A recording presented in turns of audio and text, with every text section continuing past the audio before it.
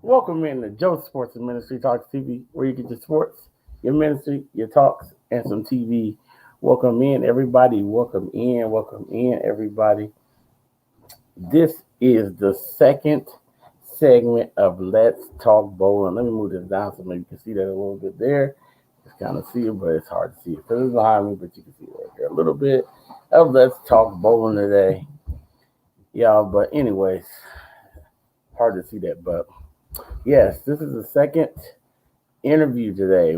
I am privileged and honored. I'm going to be interviewing a good friend of mine by the name of Mark Million. Uh, he's a great bowler here in my area, and I'm very happy and honored. Hold on, y'all. Let me turn this fan on. I'm burning up.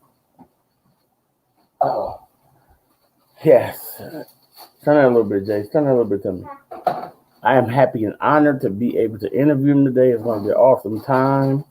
Um, yes. Y'all know I'm doing this 2 times in 1 week. I had originally said I wanted to do it once a week, but I couldn't pass up this opportunity.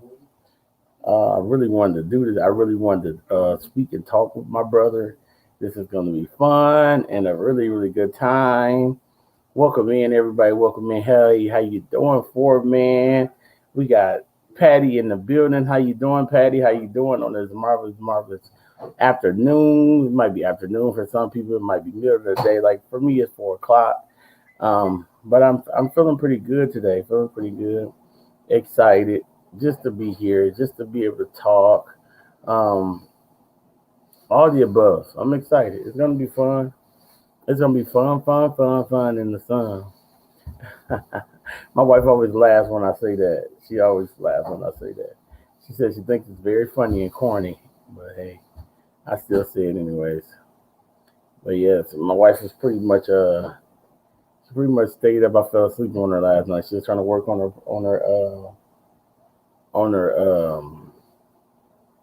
what's that? I can't even think of the name of it.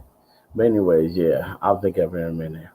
But welcome in, everybody. Welcome in. I'm excited, y'all. I'm excited. I'm excited.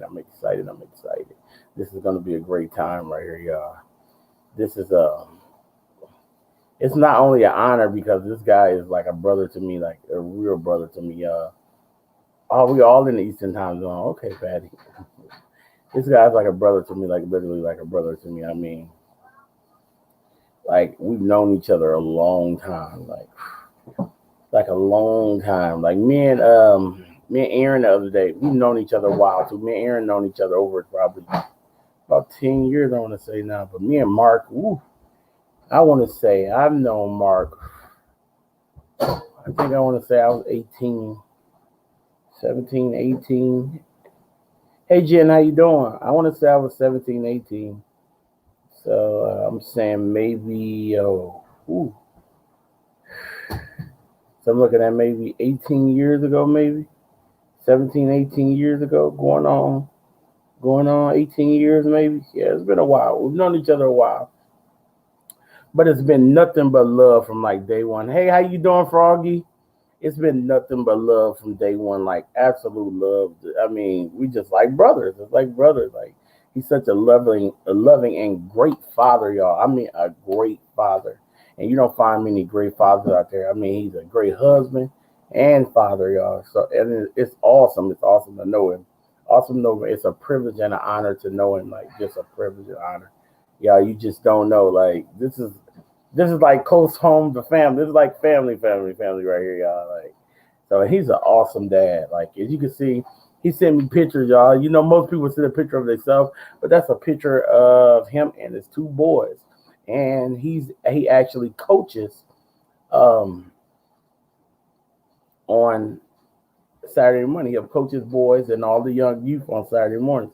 I used to do that as well when my sons used to bowl. But yes, it's an awesome thing. Um, awesome thing that he does, and it's, I mean, like I said, I couldn't ask for a better brother, friend. Like I said, he's a family man, so it's awesome. I'm going to see if he's ready right quick. Let me see. Uh, let me see here, y'all.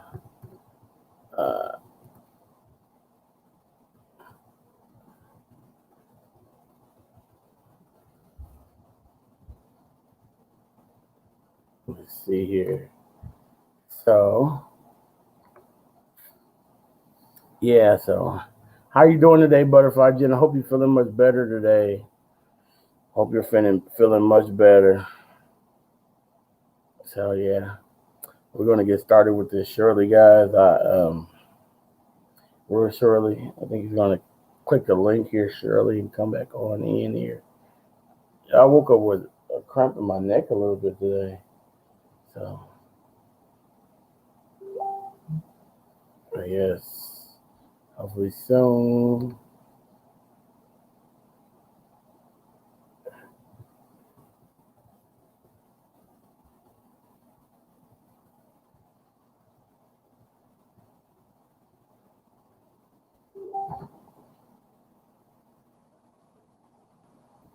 Okay, we're gonna do this. He has to go back out and because he didn't know when I click out, it's going to click him out. So he has to go back out and click back in. We did a test earlier. You know when you do a test, it's kind of like a run, do, or a deal. So we did like a quick test to get everything all set up. So, but it should be fine soon.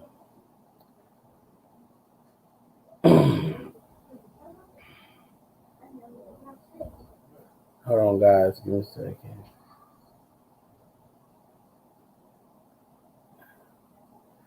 Yeah.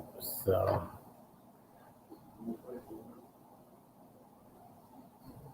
should be fine soon. Hey, Coco, how you doing? Welcome in.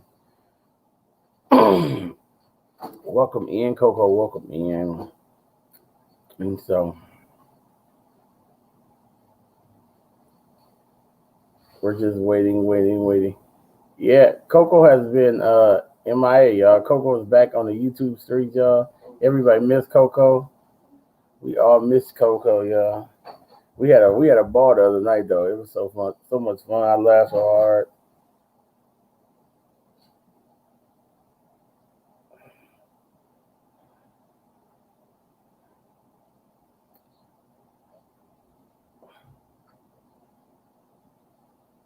I am doing pretty good today. I'm doing pretty well. Just waiting on my buddy to come in. I know he's probably having like a difficult time. You know, I shouldn't have clicked him. I shouldn't have clicked it off, but I had to click it off because I wasn't live yet, so I had to click it off to come back in. But we're fine. We'll be fine.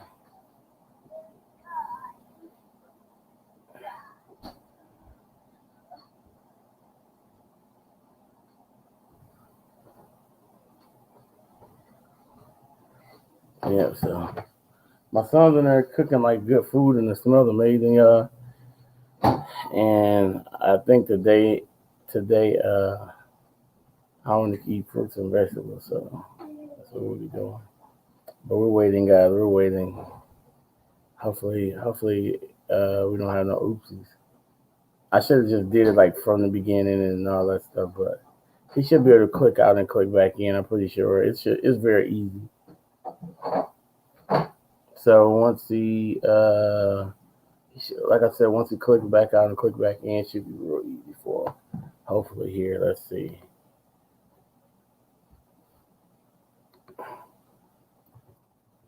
Let me see here. Hold on, guys.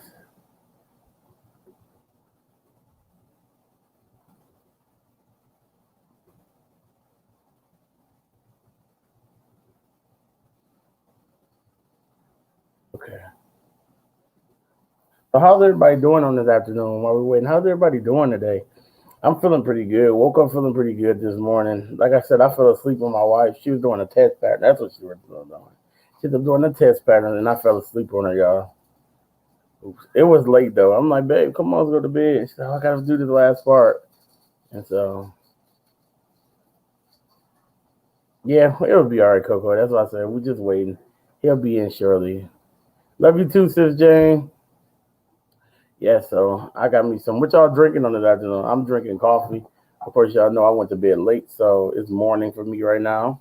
And but yes, I'm doing good today. Doing really well today. We got 7 people in the building, y'all. Seven people in the building. My wife gave me Would y'all like to see this? My wife said, babe, you know what? You should let me interview you. I was like, really? She's like, yeah, I want to interview you. I think it's a good idea. What y'all think? My wife wants to interview me. She's like, I want to interview you. And so y'all remember I was telling y'all about that video that I posted, and I put that those hashtags in that video that I told y'all I posted, um, and it got over like 5,000 views or whatever. It's like still growing. I don't know what I did, y'all. I don't know. I absolutely don't know what I did. I don't know. I went back and put the hashtags in another video, the same like hashtags, and now that video, like the first couple of days, it was like none. It was like any views on it, y'all. Like the first couple of days, I went back and put the hashtag in it, and then I woke up this morning and it was 700 views on it after I put those hashtags in. But it took like 2 days for it to. It took like 2 days for it to work.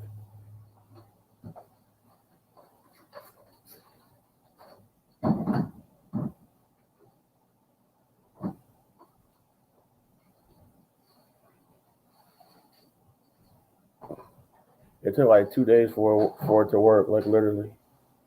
Um,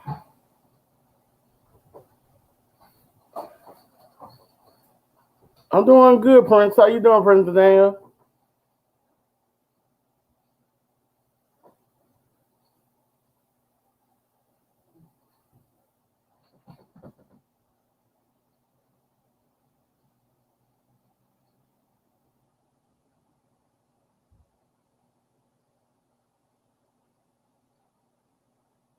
Yeah, so yeah, I put those hashtags in the video. I was just checking out the video right quick and see if it was going up anymore.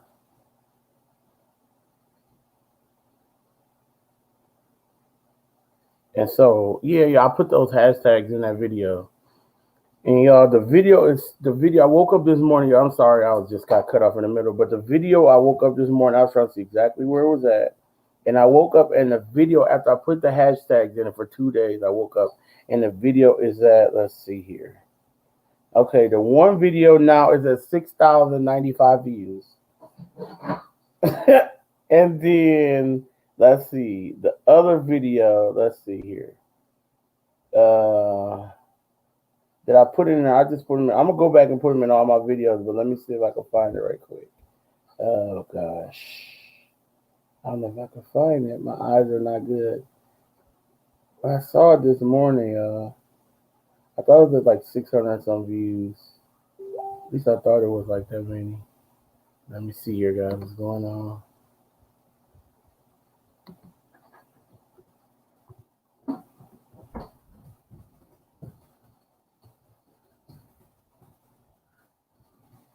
Hold on 1 second.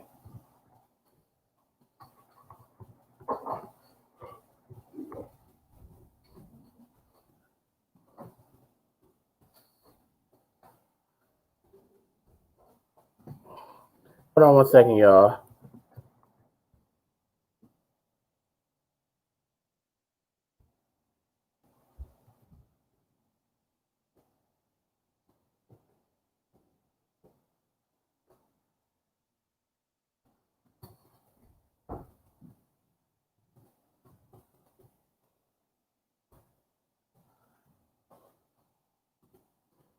Okay, hey Rayleigh, welcome in. Yes, y'all. So it's crazy how many views that got. That's insane to me.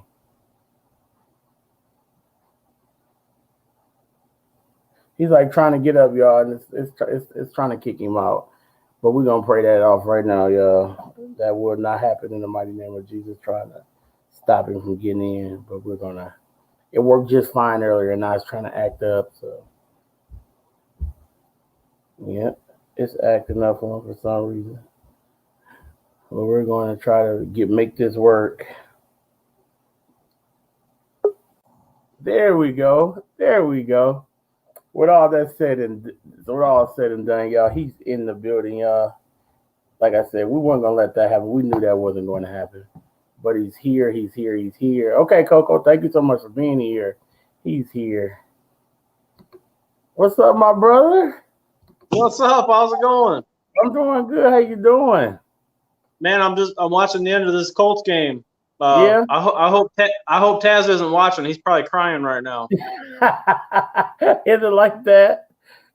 Yeah, no, they're driving though. So it's Buffalo 27, Colts 24, and if they can kick a field goal and tie it up, they can kick a field goal to tie it up. There's 28 seconds left. That's cool. I haven't even followed any sports this year at all because of the whole COVID ordeal. I didn't watch any. Like, I need the fans. Yeah. I need the fans. It's like I'm missing the fans, but hey, it is what it is. It's fun. How you doing today, I had a sign made up. You mind if I show it real quick? No, show it.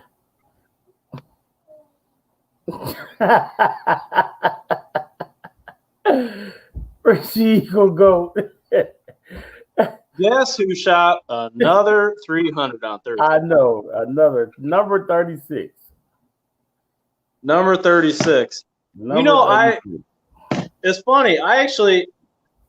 He's such a good guy. I actually came up with a list of why Richie is so awesome. Would you like to hear it? I would like to hear it. Let me hear that. It's like we're on the David Letterman top 10 list. Okay, let's hear that. Okay, you ready?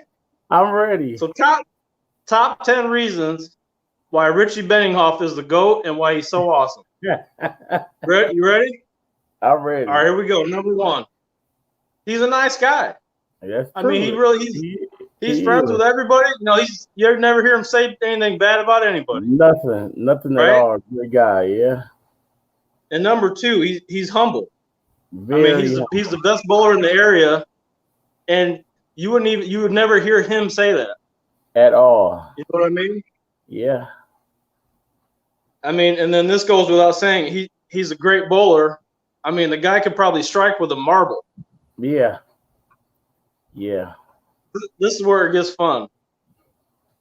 Did you know that mosquitoes, they refuse to bite Richie just out of respect?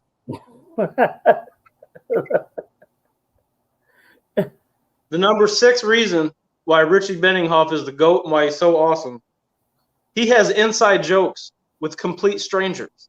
He does. I mean, that's just impressive, man. He does. He does. Number 7, he once walked into a Burger King, ordered a Big Mac, and got it. I don't know how you do that. The number 8 reason why Richie Benninghoff is so awesome, and because he's a GOAT, he can dribble a bowling ball. I've seen him do it. Through his legs and everything, bro.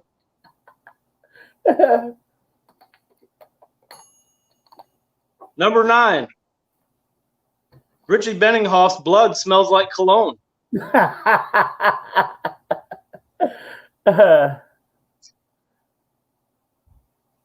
Number 10, he once got bit by a cobra, and after 3 agonizing days, the cobra finally died. For those of you who don't know Richie Benninghoff, he's a really, really good bowler in our area, two-handed guy. That's the guy that you always see me bowling with. That's the guy you always see me bowling with. He bowls with us on like every night I bowl, basically, besides Monday nights. But we always bowl Friday nights together. We've been bowling Friday nights together for years. He'll probably be one of my next interviewers. But he's a really good bowler. Oh, he's young, like 28 years old, I believe Richie is. Yeah, he's got more 300s than years on the planet. Yeah, he does. He does. He got 36 300s and he's 28. So that's unreal. Crazy, man. He's crazy good, and he's just a good guy, man. He is a really good guy. Just like you, Joe.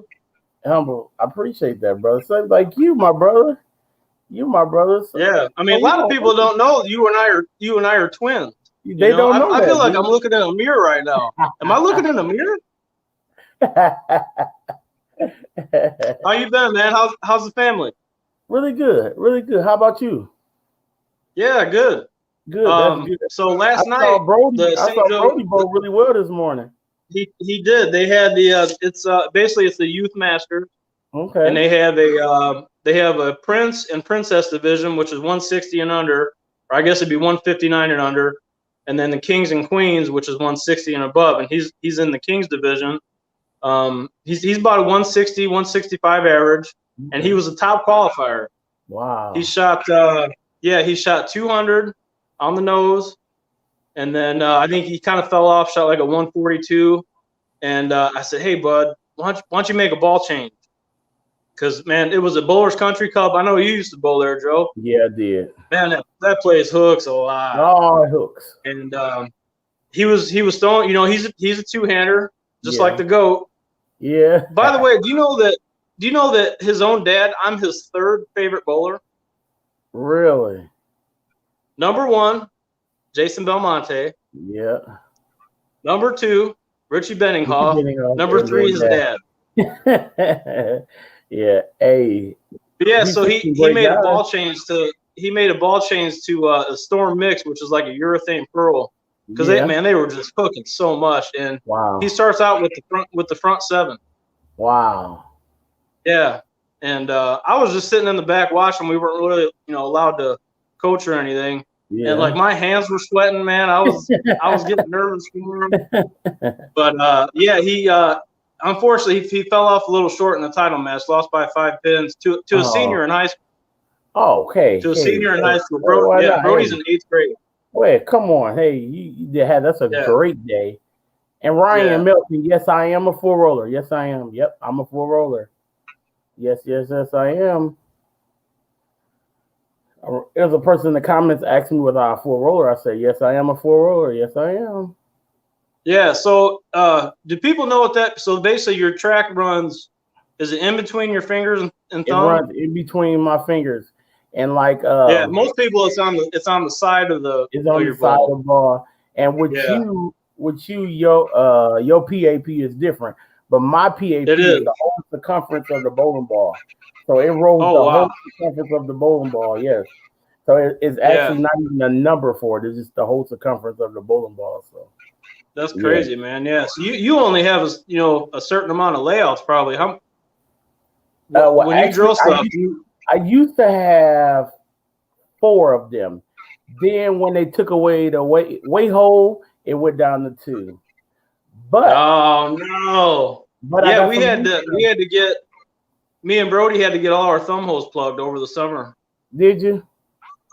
Yeah. Yeah, because and because of the new rule. Yeah, the new rule. I got some more now because Mo Purnell just came out with 10 new ones. So I'm excited. Oh I haven't got a chance the Radical guy, right? Experiment with any of them yet, but I'm going to experiment with my next Radical stuff. I get out, experiment with something, see how it goes. But yeah. So with all that being said, what made you get into bowling, my brother?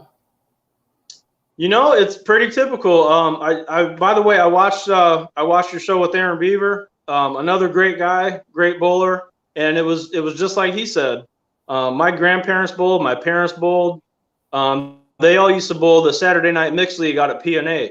Oh, really? And I was your typical kid running around causing trouble, asking people for change so I could play video games. Yeah. I remember me and my buddy used to camp out by the vending machines and look under them for spare change. Plus, and we wanted to bowl when because afterwards my parents would go on the bar for a little bit, have a little fun, and the kids go play games and go bowl. So that was our way of making money was just bumming for spare change. But yeah, just from I don't remember not bowling. Like probably when I was 5 years old, I started, and I think they called them. We didn't have bumpers or anything like that. It was like Bantams and Preps. Oh yeah, and stuff like that. Yeah. But, basically my whole life, man. Wow, that's cool. I absolutely love PNA though. PNA was such a great house for me, like awesome house for me. That's where I learned how to bowl at. Tough house though, but that's where I learned how to bowl at. Yeah. Isn't it so weird when you drive by it? It's just not there anymore. Nothing. It's nothing. Yeah. It's crazy. It is. It is very, very crazy. Very crazy. So, my brother, how did you adopt your style of bowling? So when I started bowling when I was a kid, I bowled conventional, thumb in. And when I was I think I was about 13 or 14, I don't know what happened. My stuff got stolen or I lost it. I don't know. I honestly don't remember, but I didn't have any equipment. So a guy on my team, I had to use one of his balls, and I don't even remember who it was, but it didn't fit. And I'm a huge PBA. I'm a bowling geek, man. I watch every show, and I think it was about 1988 or 89. There was a guy named Mike Miller. He won the PBA national championship, and he wasn't using his thumb. And I was like, and he was just hooking. Back then everybody was throwing urethane, and he was just hooking it more than everybody. And I just thought that was cool. Yeah. So I tried it, and for some reason it just worked for me. Wow. And that's basically it. And I never went back. I mean, when I was throwing conventional, I'd have, I don't know, maybe about 150, 200 revs on the ball. I mean, it wasn't much. Yeah. It was pretty much a straight shot to the pocket. And it just clicked for me and it worked. And I've been bowling that way ever since. Oh, that's cool. And so when you was coming up, it wasn't very many people that was like around your area that threw the ball two-handed. I mean, threw the ball two-fingered though. It wasn't too many people around that. I didn't really know of anybody. No, wow. I'm the only one that I'm sure there was, but I didn't know of them. Wow, that's crazy though. Yeah. There's not that many people that do it now. No, I mean, there's like Tom Doherty on the PBA. There's a handful of guys that about 10 years ago. Well, no, let's see. I think it was about 2004. There was a guy named Jim Pratt from Arizona. He made a show two-finger style, just like Tom Doherty. I think he got second place, but he was actually throwing plastic up 5, killing it. Wow. Got second place though. I think he lost to Mika in the finals. Oh wow, that's cool. Yeah. Hey, Albert, welcome in. Albert's in the building. AG? Yeah, AG is in the building. My doubles partner? Oh man. Yeah, he's in the building. What's up, bro? That's another great lefty that I hope I get to interview soon. He's great, dude. I love he'd be a great one because he's got stories. He's got stories from here and when he lived in Missouri. Yeah. I love Al's game, and his knowledge of the game is so. He has a bunch of knowledge. Oh man, you could talk. You could talk to that guy for hours. Hours about bowling. He's one of the smartest bowling minds that I've ever come across. Oh yeah, most definitely.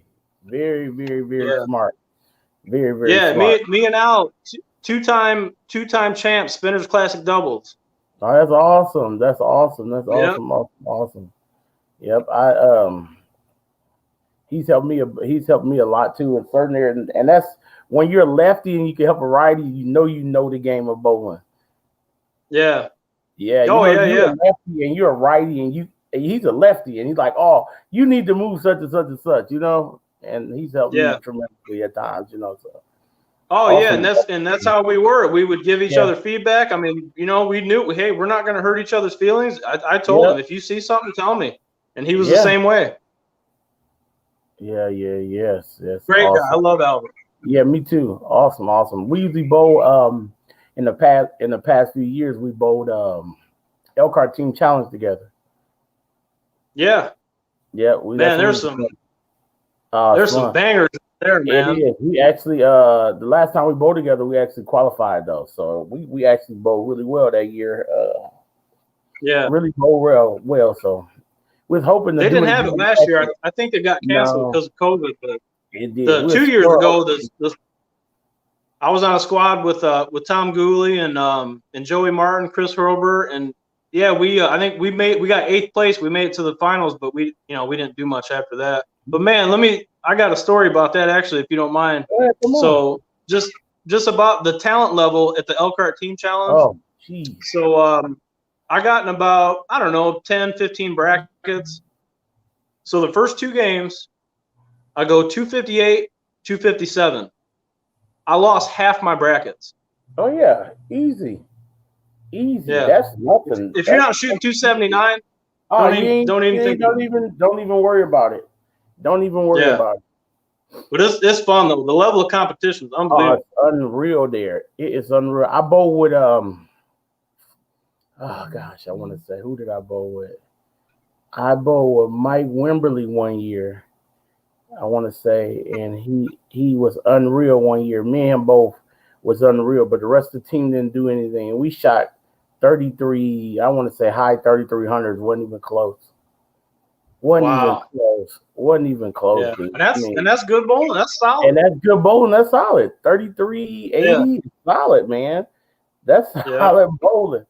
And gee whiz, I mean, it's been years, like I said, it's been years it took 34, 50, 34 just to make the 8th spot. Like literally, it's been years it was that high. And I'm talking about, I think the one year, me, Richie had like 850 some one year, and we made the cut. And I believe surprise.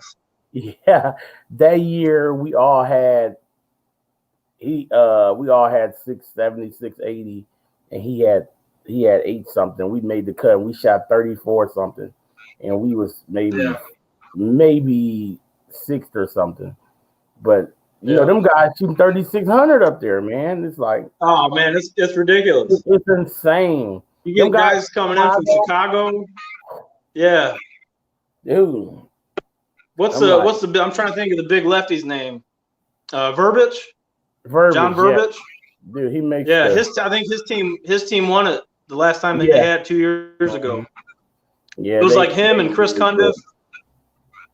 And I don't remember who else, but they had a pretty solid squad. Yeah. They are a good team. Very good team.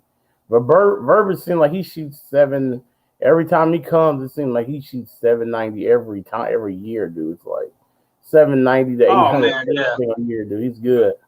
He's good. That guy can shoot. I'm gonna quote Norm Duke. That guy can shoot 279 out in the parking lot. You know.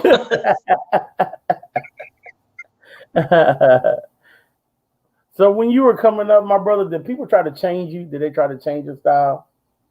Oh yeah. Yeah, it was it was just unconventional, and my scores just kept going up, and eventually people just left me alone. Left you alone? That's cool.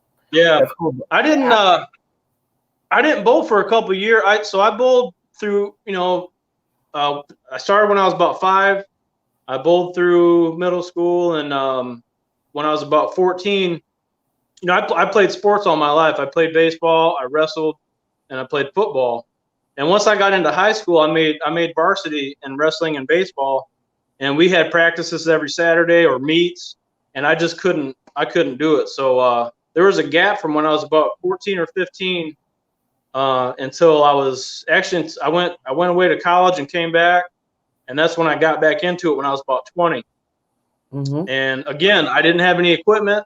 A buddy of mine, I ran into him. He goes, "Hey, I'm in this Gold Rush League on Sunday nights. Would you want to bowl with us?" I said, "Man, I haven't bowled in a long time." And he said, "Well, let's go practice sometime." So we went and practiced. I grabbed a house ball and shot 600 with it, no thumb. Wow. And it was just, I was like riding a bike. Wow. So he let me use his ball, which is the first resin ball I ever bought, the Brunswick Danger Zone HPC. Yeah. Because I was using his ball, and eventually he's like, "Man, you need to get your own stuff, man." And so I went into that was when Tom Stockton had the pro shop at Chippewa. Wow. And I took my buddy's ball in there. I said, "I want this ball. I don't care how much it is." And he drilled it up for me, and actually, Brody was using it today in youth league. Wow. Yep. Wow, that's cool. That is very, very cool. Wow. And you still, like I said, every now and then you'll pull it out if you need it. Oh yeah. Yeah. Yeah. I used it when we went to state last year. I used it and shot pretty well for doubles. Mm-hmm. Actually, me and my doubles partner, a guy named Richard Qualls, he's from the Indianapolis area. Chris and Cindy Adams, they put together a big group every year. Yeah, they do. And they just kind of pair you up, and they said, "Hey, do you mind bowling doubles with Richard?" I said, "No, not at all. He's a good bowler." And we got 8th place in state. That's my highest finish ever. That's cool. Yeah. That's cool. I had a good set. I shot 780 something, and he shot a high 6. And I was throwing resin the whole time. Wow. So how many leagues do you typically bowl per year? Usually 2. I bowl right now. I'm bowling Tuesday and Thursday, both at Chippewa. Tuesday's the Major A League. I bowl with Taz and Aaron and Mike Cook and Melissa Thorpe. And then Thursdays is the Jarlin League that Chris Harrison runs. It's me and my 2 brothers, Sean and Scott. Okay, that's cool. Yeah. That's cool. I like that. A couple years ago, I did 3 leagues. It's kind of funny because Travis Ruthroth. Yeah. He called me one day. That's when I was still bowling on Fridays. I was bowling Thursdays and Fridays. And he called me. He said, "Hey, can you sub on Tuesday night at Parkway?" I said, "Sure." And actually, I think I subbed for you guys a few times. Yeah, you and AJ. Yep. Yeah. So Travis called me and he said, "Can you sub?" So I subbed. I thought it was going to be for one night. And this was probably in about November, December maybe. And Scott Reigert, I guess, had been having some knee problems. So they said, "Hey, can you sub next week too?" I said, yeah, no problem. So I get there the next week and they have a shirt made up for me. Really? And I'm like, "Oh, thanks. What's this about?" And they're like, "Well, we were going to ask you if you could just finish out the rest of the season." I didn't have to pay for it or anything. And hey, that's cool. But the fact that they had the shirt already made for you is hilarious. Yeah, I was like, "Hey man, where'd you get that shirt?" He's like, "Well, I had it made." So they kind of tricked me, but three leagues was a little too much, man. I got burned out. I had my best year statistically, but just because you're bowling so much. Yeah, you're bowling. But three's a little too much because my kids are bowling a lot now. I was in a bowling alley like 5 days a week, and I just said I can't do that anymore. Yeah, that's hard to do. Yeah. So have you always thrown urethane? Is that something that you like to throw? I mean, is it that typically what you always thrown or what? Yeah, I know a little bit about urethane. Yeah. No, actually, the answer to that is no. The first, like I said, that first resin ball I got, that Danger Zone, I threw that probably for the first 10 years that from like 2001 on. I threw that ball specifically for about 10 years. I had bought a few other balls. I had actually my first honor score. I got this pin back here. It says 299. That was when the Friday Night League was at Regal, when Regal was still open. And that was my first honor score that I ever had. It was a 299 that Dave Shane drilled up for me. It was an Ebonite Big Time. No, I had one of those. The blue one? Yeah. That was a good ball. Unfortunately, I left it in my car. I usually leave my stuff in my car, and it got real cold one night. I have one here. I believe I have one here. I promise you I do. I believe I have. I think there was a couple of them. I had the black one. It was like black and gray. Yeah, I got a blue one. It was like blue and gray. Yep. Yeah. I believe I have one. I saw.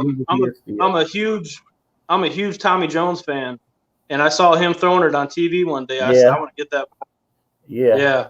So I got a 299 with that. A couple years later, Wes Malott was killing it with the Rotogrip Cell, killing it. I think he won Player of the Year, won 3 or 4 titles.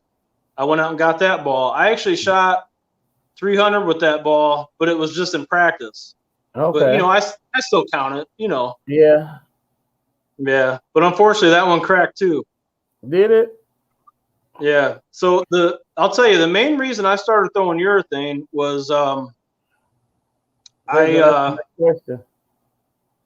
main reason I started throwing urethane, when I'm throwing resin, I have to play so deep that I'm in that over-under zone where you get it right, it hooks early, you get it left, it doesn't move at all. And I was just sick of it. And I said, I want to square up and just play them straight, just pipe it up second arrow. And I'm thinking, man, how can I do that? So I'm watching I believe it was the 2009 Cheetah Championship. Ryan Simonelli was throwing the Storm Natural against Norm Duke. I think it was like a best of 3 match or something. Yeah. And that's the reason he explained that's why he was throwing that ball, just so he could play straighter. And I'm like, man, that's a great idea. I need to find a urethane ball. So I'm over at my dad's house one day, and my dad used to bowl a lot. He doesn't bowl anymore, and his stuff is still in his basement. And I go down there and I'm looking through his stuff. He's got a blue hammer sitting down there. Wow. I said, Pops, what's up with this blue hammer? He goes, oh yeah, it's an old ball. I said, can I use it? He goes, yeah, I don't care. You know which one I'm talking about, Joe, that 17-pound turquoise hammer.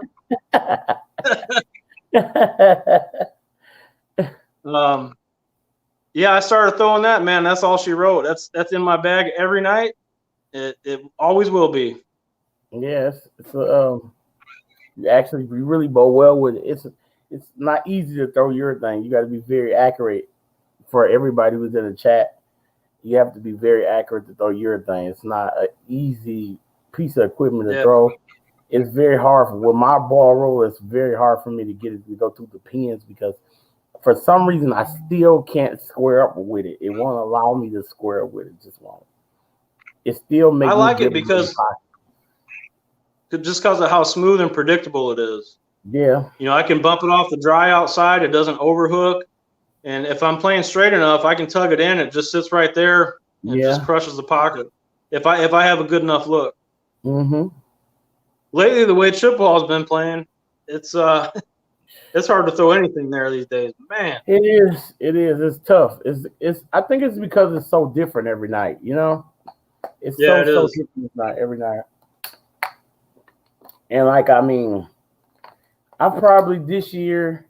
I feel like I've thrown the ball better than I've thrown it like any years I have ever thrown it.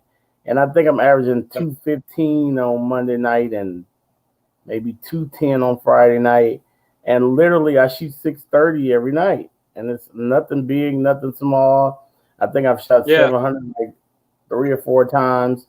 I think I've shot 500 like twice this year.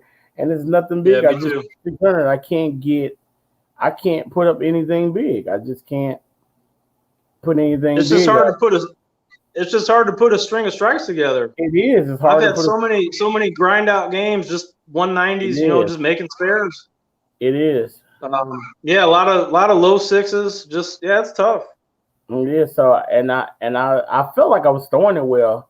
So I ended up going to a tournament Sunday, and I bowled a doubles tournament with my buddy Chad Quimby.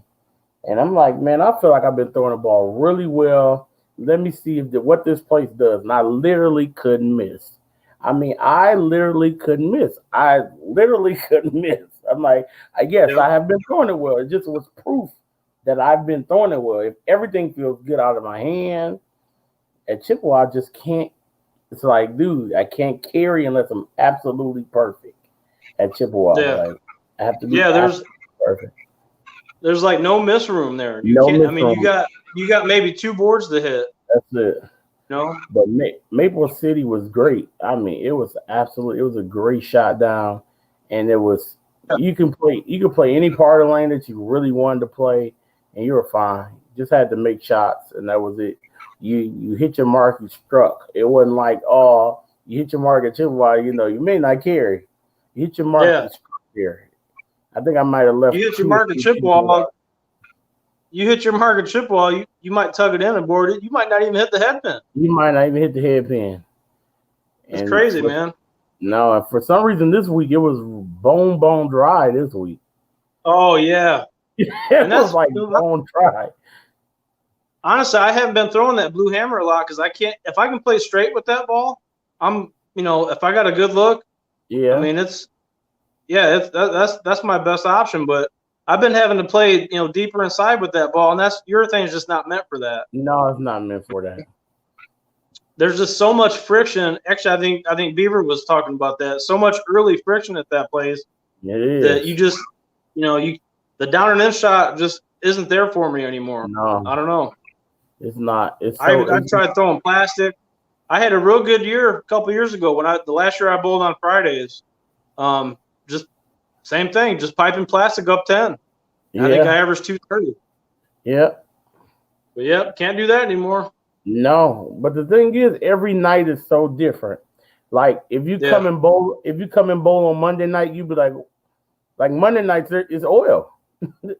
Yeah. AJ like, where's this at on Friday night? I'm like, dude, I don't know. And if you go out there on Sunday nights, it's flooded. Like you can't get a ball to hook on Sunday night. Really? No, dude, you can't get a ball to hook. You cannot get a ball to hook. AJ bowl on Sunday nights. He's like, dude, I can't even get a ball to hook on Sunday night. Then you come out there on Monday nights and the shot is like perfect. Then as the week go on, less and less oil is on the lane. I don't know. Sounds like the oil on Sundays, and that's about it. That's it. That's what I told AJ. I told AJ that same day. I'm like, man, it seems like to me they're oiling Sundays and leaving it the rest of the week, but I don't know what they're doing. But yeah, it's hard out there for me. Very, very hard. So would you say you're high unless you're Joey Martin? That guy, he seems to shoot on Tuesday nights. He'll be walking by. I was like, "Hey man, you tear him up," and they go like, "Nah, I only had 720." I'm like, "Oh, that's it." He cracks me up, man. Yeah, he's one of those guys. I'm pretty sure he's good on anything. Like Aaron on my team, Aaron Smith. Yeah, he's the same way. A bad night for him is like 680. Yeah, you know. Yeah. So would you say you're highly competitive? Oh, absolutely. I do not like to lose. I don't care if we're bowling. I don't care if we're playing cornhole, Monopoly. I don't care what it is. I want to win. I feel the same way. I feel exactly the same way. I'm here having. Even with my kids, I don't take. Anytime we go bowling, I'm not taking it easy on you guys. Me either. Because I know one day, and it's already. Unfortunately, it's already happened. They're going to beat me. Has to. Yeah. But yeah, I'm very, very competitive. No, we both got them two-handed kids, so they oh yeah. They got yeah. And Brody, my son Brody he's the same way. He started out conventional and then switched to two-handed. I didn't want nothing to do with it because I was like, all right, I don't care how much you can strike, can you make your spare? And he's pretty good at it. Yeah, it's cool. Yeah. And then my other son Jake, he's a conventional one-handed. He's getting pretty good too. He actually a couple years ago he won his division in the city championship. Oh, that's awesome. I think it was either for singles or all events. That is awesome. So yeah, I got some up and comers, man. Yeah, you do. That's awesome, man. Yeah. That's awesome. Awesome. So who is your bowling idol and why? My bowling idol. Wow. Yeah. Like current or like all time? All time. Who you would say that your bowling idol is? Do you have one? I mean, like other than Richie, right? Yeah. I'm a big Tommy Jones fan.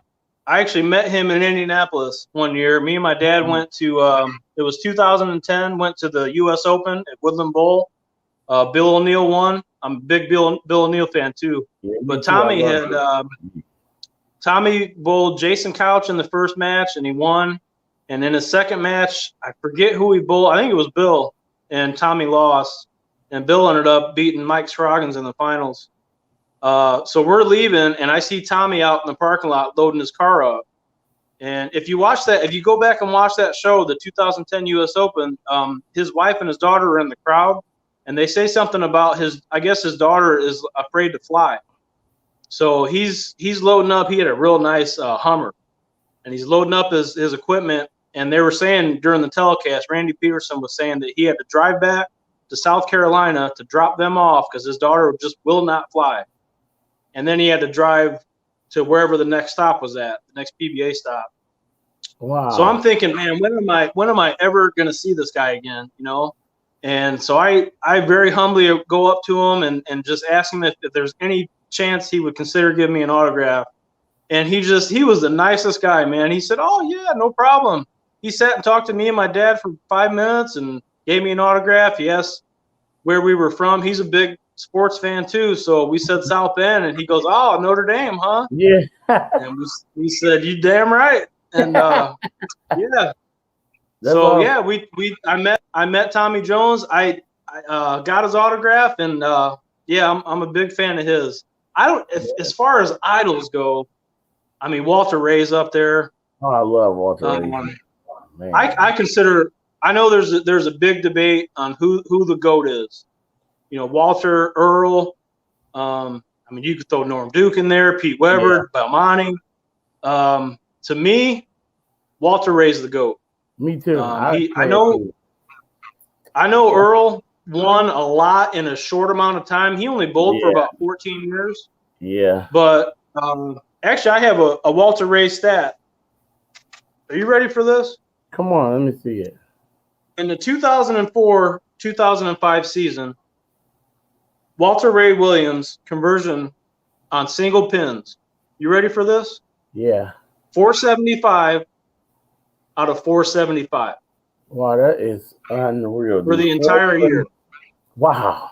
I haven't done the math on that. That's got to be a pretty good percentage. Oh yeah, pretty good. 100%. 100%. Yeah. That's pretty good. That's pretty good. So to me, I would say my bowling. Obviously I'm a big Doherty fan. Yeah. But overall, if I had to pick one guy, it's Walter Ray. Wow. Walter Ray is definitely like he's my favorite. Always has been my favorite. I love his style. He has a simple and Albert said there is no debate. Walter Ray Williams Jr. Deadeye. Yes, I totally agree. The guy is unreal to me. Like I watched him over the years, and he just everybody said all he does is go straight. I said no, you gotta go watch some of the older stuff. No, he didn't just go straight. No, the guy's good. The guy's he actually I saw an interview with him, and he talked about that because that was the old saying. Oh, red ball up 5. That's what Walter Ray is. Yeah. Remember when he was with Mohrick back in the day. He had that. I forget what the name of the ball was, but man, it seemed like every show a red ball up 5, and he would just kill it. It was. I can't remember what that ball was. It was like the Lev RG or something. Lev RG, but I can't remember which one it was because I had the blue one. I had the awesome Lev RG. I had the blue one. I had all that. I saw an interview with him, and he said, yeah, you say red ball at 5 because that's all you guys see. That was before they had extra frame and flow bowling and all that. And he said, you should see me the 8th game of qualifying. I'm playing 5th arrow just like everybody else. Oh yeah. And now he just went two-handed and won. Did you see that? He did. He shot a 300 two-handed. He did. I'm like, dude, this guy is unreal. Yeah, he's amazing. He's got over 100 combined titles, like PBA 50 regionals, everything. It's unreal. He has the most PBA 50 titles. He has the most. He has the most. I believe he has the most PBA 50 now. I believe so. He's either. I know John Handegard is up there, but Walter's close. He might be tied with it, or maybe he just passed him. Let's see. Let's check right now. I'm gonna say John Handegard. That's what you're gonna say. Who is? Let's see.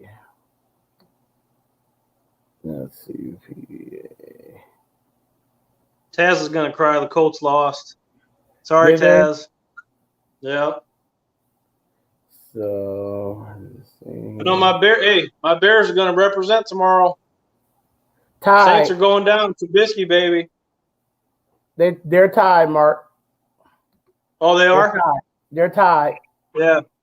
They're tied. Yep. They're tied for the most. So Walter, it was funny. They were asking the other senior players when Walter turned 50. He's like 60 now, I think 60, 61 maybe. Yeah. When he first came on the PBA 50 tour, they asked some of the older guys, and they just said, "Oh yeah, we're thrilled that Walter's coming on our tour." Oh yeah. He won the first event that he ever entered. He won it. And it's like, oh, here we go. It is so stacked right now. The PBA 50 tour is like so stacked right now. Oh yeah. It was all the guys I grew up watching. Chris Barnes just turned 50. I think Jason Couch just turned 50. Norm Duke's been killing it. Pete Weber. Parker Bone. Yep. You know who had a lot of success a couple years ago was Michael Hogan Jr. I think he won Player of the Year. Yeah. Yeah, he is. He's another one of those guys that just goes straight. Yeah. He's just very accurate. Yeah, really good. And so Walter is currently active on both the PBA Tour and PBA 50 Tour. He's a 3-time PBA 50 Tour Player of the Year and has won 14 titles and 3 majors on that tour. That ties Williams with John Hendegaard for the most career PBA 50 titles. Yeah. So we're looking at a guy that how could you not say this guy is the greatest? He's going to have he's a GOAT. He's going to have the most PBA 50 titles, and he's going to have the most on regular tours. So I mean, how could you not say he's the greatest? That's kind of like a hands down idea. I don't know if they have like a PBA 60 tour. I know they have events, but he's he's doing those too. They are. What they do is it goes along right away. It goes right hand in hand with the PBA 50, right hand in hand, and they kind of like separate them. At the same time, it goes hand in hand with it. And I can't remember how it goes, but they get like their own additional bracket or something at the end. Oh, okay. You know, they take out the ones who up in the top or whatever, and they get their own bracket for the PBA 60 or whatever. So yeah, because whenever you look at the standings, it'll say next to their name, it'll say like SS. I think it stands for like Super Senior. It is Super Senior, and that's the 60. The guys are 60 and over. But the guy throws the ball so good. I don't even know. The guy throws the ball so good. I don't even know how he's like you. Super 60. That's kind of like cheating for the 60-year-old guys. Yeah, right. I hope I'm still bowling at 60. Me too. I hope I'm that good at. I hope I'll be 1/100 of that good at 60. Jesus Christ. Oh, I know, right?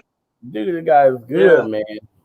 Yeah, John. A good stat about John Hendegaard. He's got I guess tied for the most PBA 50 titles, but he's actually the oldest player to have a national title. Yep. I think it was like 58 years old. But I'm sure in a couple years, Norm Duke will have something to say about that. Yeah, he will. He will, because Norm is. He ain't going nowhere. He just went back to back last year. Yeah, he's not going anywhere. Norm is so good, man. Norm is so good. I'm telling you, I think Norm will win. He'll win a few more titles on the regular tour, and he's definitely going. He's definitely going to challenge Walter at that on those titles on the PBA 50 because I believe he has quite a few. Yeah, he does. Yeah, and PD Dubs, he has 11. 11? PBA 50. He has 11, so he's not too far behind either. Yeah. So, but it's good. So let me see here. Let me see what other questions I have for you here. So let's see what we haven't asked. So, what's the toughest house you ever bowled in? Toughest house? Oh, that's got to be OC Lanes. I mean, that's hands down. OC Lanes, that place. OC Lanes. Ooh. So you know Ed Bowker, the owner, him and his wife own it, and he used to run Parkway. And when I found out that he bought OC Lanes, it was like a week or two after he bought it. I had never bowled there, and I wanted to go bowl there just to say hi to Ed and congratulate him on his new bowling alley. And I took my son with me, and we bowled, and he told me, he goes, "Now this is gonna be tough. This isn't like your normal house." First ball I threw, I struck, and I'm like, "What are you talking about, man? This is easy."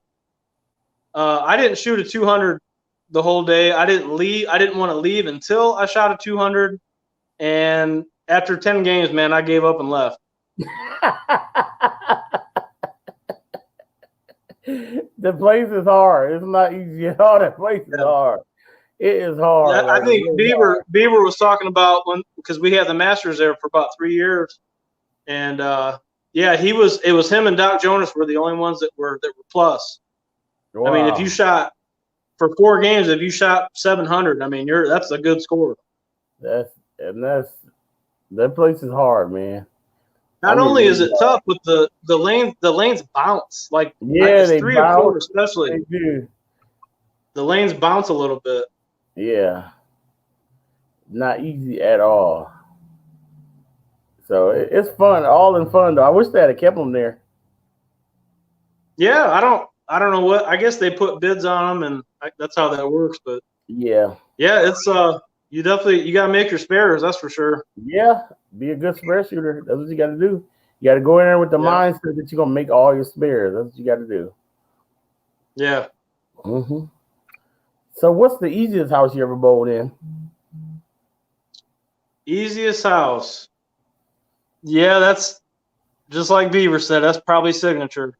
Yeah. Yeah, that's I haven't bowled there in a couple of years, but that's a pretty soft house. Yeah. I don't think whenever I've bowled there, I don't think I never had shot under 700. Wow. Yeah, we bowled. I bowled the city tournament there a couple of years ago. It was me and Joey and I forget who else we bowled with, but yeah, we got second in doubles. I shot 750 something. I think he did too, and we got second place to Mike English and Jeremy Delcamp. Wow. Which are 2 outstanding bowlers and 2 good guys as well. A lot of respect. A lot of those Elkhart guys, I got a lot of respect for them. We don't see them a whole lot, but see them at NBAs and stuff like that. And yeah, I don't think English was bowling much anymore, but man, that guy, I think he got NBA Player of the Year like 5 or 6 years in a row. Yeah, he dominated the NBA for a while. Yeah, him and Delcamp and obviously Beaver, Mikey Schleybaugh, Chris Hartung. Yeah. I think is it Zach Hagy? I've actually never met Zach, but I know he's a beast. He's got the high average 248 or something. That's ridiculous. Yeah. But yeah, I know he's real good. The Kelly brothers, they're all pretty good. Yeah. You know what I was thinking, Joe? We should do just for fun is have a like a county challenge. Like St. Joe Valley versus Elkhart. That'd be awesome. Just put together a couple squads and just have like a traveling trophy. Actually, I'm gonna put it out there right now. Hey Elkhart, we challenge you guys. Let's have some fun. Maybe we could raise some money and donate it to charity or something. And let's just have a good day and have a traveling trophy just for bragging rights. That'd be awesome. Let's do it. We could have it at your place, have it at our place one year. Let's go back and forth. That'd be fun. I'm down. Awesome. That'd be an awesome thing to do. Yeah, I like that. That'd be good. It's so many good bowlers in this area though, man. It's a lot of good bowlers. So with that being said, what I know we usually always on a house shot, but what is the most difficult pattern you ever bowled on? That's easy. So I don't think they had it last year, but Signature has they call it the Party for Parkinson's. Okay. For Parkinson's disease, it's a fundraiser. And a good buddy of mine, Mark Poindexter, you probably know him too, unfortunately suffers from that disease. And he puts together a squad every year. Me and my brothers usually go bowl with him. Mm-hmm. And for the first couple of years we did it, it's usually on a house shot. It was 2 years ago because they didn't have it last year because of COVID. But they put out 3 patterns. They just called them long, medium, and short. Okay. And that short pattern, whatever it is, oh my God, bro. Really? I tried everything. I think I shot 130 the first game. I ended up the last game taking my spare ball, which is a Brunswick Black Diamond. Yeah. And throwing it and using these 2 fingers, my pinky and my ring finger. Yeah. Rob Baranowski, shout out to him. He I think Hartman shoots his 10 pins like that. Yeah. Just a trick to maybe take take revs off the ball. Yeah. So I grab my spare ball, I throw it like that, and just right up 5, and I started scoring pretty good. But the game was already over. I think I struck out for like a 170. Yeah. And that was by far the toughest pattern I've ever bowled on. If you didn't get it to the gutter, you weren't even hitting the head pin on the right side. Wow. Yeah. And Al said the different houses produce 2 teams. I thought about that before. For Mark. Who is his 5 bowlers for a team from Chippewa? Oh, he said, okay. 5 bowlers. Man, I got to go with my brothers, Taz and Aaron. I mean, those 2 for sure. Is that including me or what? Am I picking 4? Including you. Yes, we said your 5 bowlers. From who you I got to go with my brothers, Taz and Aaron. And right now, I think Joey Martin is one of the best in the area. And then obviously Richie. Those would be my 4. That's a good team. Joey's one of the best in the area. Richie is the best in the area, hands down. I'm not saying that just because we're friends. I have friends all over this bowling community, and I love all you guys. You could throw names in there like Mikey Schlaball, Aaron Beaver, Chris Hartung, Mike English when he was on it. You could even go out to LaPorte, guys like Jordan Johnson and Phil Butsky. Yeah. All solid bowlers. But for my money, Richie Benninghoff is the best bowler in the area. And he will never tell you that. That's the type of guy he is. He's so humble. It's crazy. But yeah, I'll go with Taz and Aaron, Joey, and Richie. Yeah, if I was going for Chippewa, Chippewa and Chippewa only. Oh gosh, I know I'll have Richie on the team. Chippewa and Chippewa only. That's a tough. That's a good point. I didn't think about that. Was that the question? Like just from Chippewa? Just from Chippewa. Okay. Because if you're going to talk about Parkway, you got to throw James Fenimore in there. Yeah. I mean, he's one of the best. What's he got? 50, 300s? Something like that. Yeah. Oh, I forgot about TJ. I'm sorry. TJ Schmidt, another Elkhart guy. I mean, he's about as good as they come. Yeah. I bowled. Have you ever bowled on a PBA Experience League? Yeah, I have. I bowled on just about. I've bowled over 100 patterns in my life, so yeah. Really? Yeah, I did that one summer. That was very humbling. It was a couple years ago. Yeah. And it was because what happened with I told you, me and Al won back-to-back Spinners Classic doubles, and then we were told that we could not return because our averages were too high.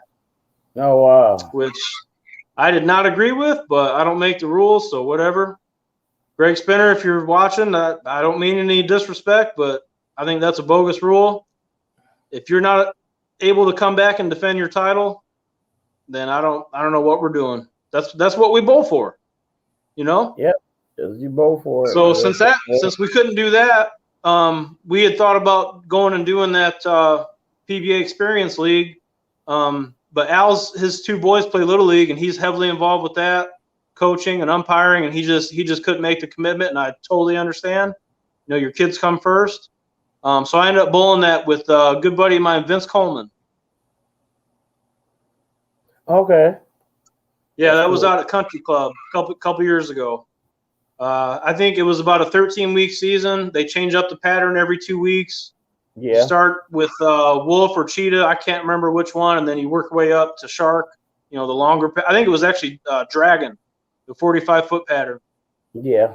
I had my best set on that longer pattern. That was my only 600 of the summer. I had a lot of 520s, and I think I ended up averaging about 185 or something. It was very humbling. Yeah, I think the one year I bowled, I think I ended up averaging 199 at the end of the year. I'm very good on longer patterns. I'm very good on longer patterns. On the short stuff, I'm really, really bad. I'm really, really terrible on the short patterns. Me and AJ ended up bowling pretty well, like really, really well. I think we ended up finishing second, and it was like really, really good bowlers there, like really good bowlers. Yep. But from Chippewa, I don't know. I can't really put together a Chippewa team. Like my mentor. You might have to throw AJ in there too. I forgot about him. Sorry, buddy. AJ's another one of those. He's got one of the greatest bowling minds that I've ever talked to somebody. You know, he knows his game in and out. AJ's a hell of a bowler. Yeah, it's a lot of people in this area that has it's a lot of good bowling minds. Well, I deal with a lot of good bowling minds with a lot of like the person that don't have a physical game, but a great bowling mind. That's John Pluta. He's unreal. Has an unreal sense of the game, like unreal. Like it's absolutely. Pluta's Pluta cracks me up because you don't. I never know if he's joking with me or being serious or what. You know, he's a great guy. Yeah. But last year, man, I was really struggling. It's when Chippewa kind of changed and it just started hooking a lot, and I couldn't play down and in with urethane. It just wasn't working, and I started throwing resin a little bit more. And I was talking to him one night. He was telling me about some different layouts maybe to try, and John Pluta, absolutely a great bowling mind. Mm-hmm. Yeah, so I definitely if I would say Richie is the top bowler in my mind far as a house shot. But if I'm going to bowl on a sports shot, I'm taking TJ. I'm definitely taking TJ. TJ hands down. He is definitely, to me, the best bowler in this area. If we going overall, TJ has the ability to bowl on anything. I mean, the kid is an absolute beast. Like, but that's probably a good way to say it. That's a good way to say it. Richie on house for sure. But yeah, if you're bowling sport, TJ, I'm taking TJ. Absolutely. Yeah, and Richie's probably good on sport too. I've never really bowled with him. He's definitely strikes on sport, but TJ's knowledge on the sport is unreal. Like I'm telling you, dude, I think he averaged the year, man. AJ bowled at Sports Shot League. I think TJ averaged his normal house shot average, dude. He was at like 225. Really? He's like 225. Yeah. He led something. The one summer I was just talking about that I bowled at Country Club. He was the average leader, like 215 or something. Yeah. And that's on PBA shots. Yeah. I mean, that's what I'm averaging now on a house shot. You know. Yeah. So it's like this dude is unreal when it comes to the kid is a great bowler, like literally a great bowler. He has a bunch of knowledge and he knows what to do. I mean, he knows what equipment he's gonna throw. Like I watched him one year and he's like, I was trying to throw a urethane on the short pattern. And he goes in my bag, grabs the ball out of my bag, puts surface on it. He's like, no, throw this. And like literally, I shot my first 600 ever on Cheetah. My first 600 ever. I shot like 660 on Cheetah. He's like, throw this right up the gutter. You'll be fine. I'm like, dude, no, dude, this is my strongest ball. He's like, I know. Yeah. Move five left and throw this ball to the gutter. And dude, literally, the ball would never miss. Like it struck every time I got it to the gutter. It struck. Like just throw it to the gutter. I'm like, dude, I'm not really comfortable with throwing it to the gutter. I go up the gutter, but throwing it to the gutter, I'm not comfortable with. And that's what he used. Yeah, he's a great bowler. I wouldn't be surprised if we see him on TV one day. Mikey too. Yeah. Mikey's ball too. Mikey's a great bowler too. He's a great bowler. Mikey gave me one of the best compliments ever. When I first met him, when I was bowling NBAs a couple years ago, he came up to me and said, "Man, I wish I could throw a urethane as good as you." That's what he said. Coming from him, I was floored. I was like, "Oh my God, are you?" I was looking around like, "Are you talking to somebody else?" Like, man, he goes, "Seriously, man, you throw it good with urethane." And I had a good year that year. I really did. Yeah, that's cool. That is cool. So, what is your most memorable moment in bowling? Memorable moment. Man, I got to pick one. You can pick one. Yeah. I mean, my first 300s up there, my first 800.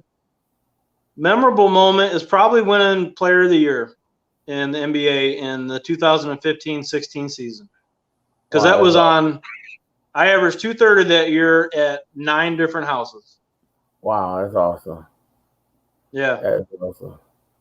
That's absolutely awesome.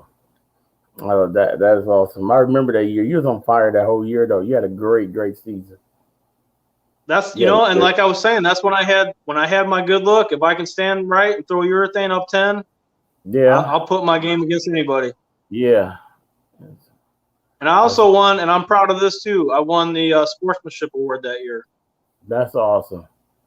Yeah, that's definitely right up your alley. You definitely are I would say you are the type of person that will win something like that. You're just humble. I mean, very humble guy too, as well, just as Richie is. You're very humble. You're not boastful. You're not walking around with your head held high. You just like it is what it is, which is awesome. Yeah, it's that's one of the things because my son Brody he gets mad sometimes, and I gotta tell him, I said, you gotta have a level head, man. I said, if you ever watch me bowl, I have the same look on my face if I'm shooting 150 or 250. Yeah. Like inside, I'm obviously frustrated if I'm bowling bad. But if you let your emotions get the best of you, then that's going to affect your game. And you got to have a short memory. You got to just move on to the next frame. And that's what bowling's all about, man. Is just you're going to have some bad games, you're going to have ups and downs, but you got to just get back on it and forget about the bad games. Yeah, you do. So how many 300s, 800s do you have? So I have 14 300s, 12 sanctioned. I have the one I mentioned earlier was in practice. And then I have one in the I'm a member of the Ambassador Club at Chippewa, and we have a hot shot shootout every year. It's the Ambassadors versus the Hall of Famers. Okay. And I shot 300 in that tournament. Oh, that's cool. And I was actually on a pair with Doc Jonas and Mike Hartman, and those were the two Hall of Famers. And it was me, and I think it was Oscar Trawick. I think it was us four. But to do it in front of Doc, I mean, that was great. Yeah. I actually have a Doc Jonas story, if you don't mind. Go ahead, come on. We having fun up here. We having fun. Yeah, I mean, I don't know about you, man. I ain't got nothing to do. I could talk bowling with you all day, bro. I'm just chilling, man. I'm actually chilling. I'm chilling. So I think I want to say it was 2015. It was that was probably my best year of my career. I won Player of the Year that year. It was a city tournament, and I shot 300 that day. And actually had the lead in singles for about 5 minutes. Wow. Thanks a lot, Sean Irons. Sean Irons, if you're listening, thanks a lot. Thanks for that 5 minutes, bro. And Jeff DeMark, too. I actually ended up finishing third. Somehow those two went around me within 5 minutes. Wow, really? Yeah. Had a real good set that day. I think I threw about 18 or 19 strikes in a row. I shot 300. The next game, I started out with the front 6 or 7 and end up with like 268 or something. But so anyways, so I'm on cloud 9, and I'm just having a good day. So I go in the bar to have a couple beers, and there was a PBA show on that day. I remember it was the Players Championship that Parker Bone won. And I had met Doc. That was before that hot shot shootout that I just mentioned. Yeah. I had met Doc a few times, and I didn't know if he knew who I was, and he came in and he knew my name, and he shook my hand and congratulated me on my great day. And he bought me a beer, and we sat and watched bowling, and I got to sit for an hour and a half and talk bowling with Doc Jonas. Wow. And for those of you that don't know Doc, Ron Jonas is his name. They call him Doc. I'm actually not sure why, but everybody calls him Doc Jonas. Not only is he one of the best bowlers ever in this area, he's a local Hall of Famer and a state Hall of Famer. Hall of Fame. So if you're a bowling geek like me, and you want to talk bowling with somebody, sit for an hour and a half, and talk bowling with Doc, and you'll have a good day. He actually, so like I said, we were watching the Players Championship, and Parker Bone ended up winning. About halfway through the last game, Parker he kind of lost his look, and Doc goes, he needs to make a ball change. Bro, about 5 minutes later, you see Parker make a ball change, and runs him out to win the title. That's crazy. And I'm just like, wow. That was a good day. That was a good day right there. That's awesome. That's how much knowledge Doc have, though. Doc is unreal of a bowler. Like, it's just Watch him bowl. I got this. Smooth. I was blessed and privileged to actually bowl on the pair with him at state. I was younger. I was a young kid too, and I was nervous because I'm bowling with all these great guys. You know, his team was stacked. I had to come in and sub on another good team because I was only going to bowl singles and doubles. And so last minute, guy drops out, and I had bowled great doing singles and doubles. So they come up to me and they're like, "Oh, you want to bowl?" I'm like, "Oh my God, dude! Here I am, 19 years old. I'm scared to death." These guys like, "Oh yeah, I can't say no. I cannot say no. I'm scared to death." I'm like, "Oh God." I'm like, yeah, I guess. The shot was right. Luckily, the shot was right up my alley. I can go straight up 5 and keep my hand in it. So we get out there. Only guy on the pair that's bowling good. It's 2 guys on the pair that's bowling good. One, Doc, is killing it. The other guy is me. I can't miss. Wow. I shoot like 250, 250 the first game. I go 250, 250. And I start the third game off real bad. I'm nervous. And Doc comes over and taps me on the shoulder. And he's like, "Hey, young man, come here." I go over to him. He's like, "Relax. You so nervous, relax." I end up punching out for 220. I shot 720 at state.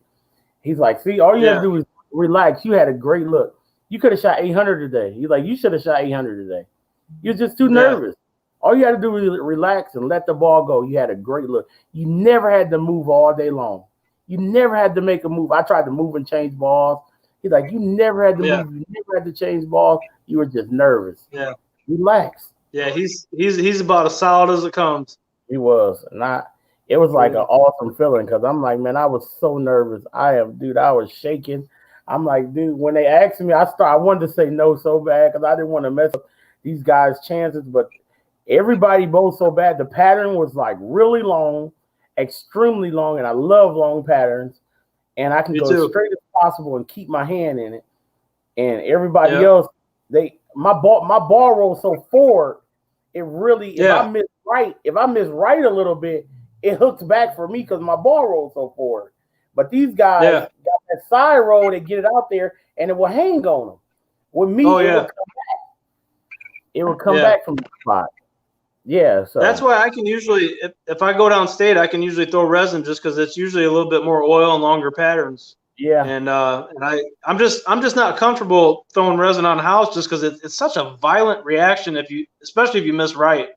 Yeah, and you have to play so far in, you get that whatever you want to call it, cliffed look, over under wet dry. I'm just not comfortable, and this is the main on Saturdays. I help coach the kids, and this is the main thing I tell them is play your A game. If you have an A game and you can play it, do it because that's where you're going to be the most comfortable. Yep, I so wish I had a urethane ball in my bag last night. I didn't bring none of my weak stuff with me because it hadn't been that dry, so I had nothing in my bag weak last night. I mean, I know you don't like urethane. You told me that a few times. I don't like urethane, Mark. I don't. Do you remember I was bowling? We were bowling at Parkway that one night, and you left a 10 pin, and you screamed out, "I hate urethane!" And it was funny because isn't Bob Elam? Isn't he on your team? Yeah. So he was actually throwing a pitch black, and we were sitting next to each other. And he was being sarcastic, but he looks at me and he goes, "You think he's talking about me?"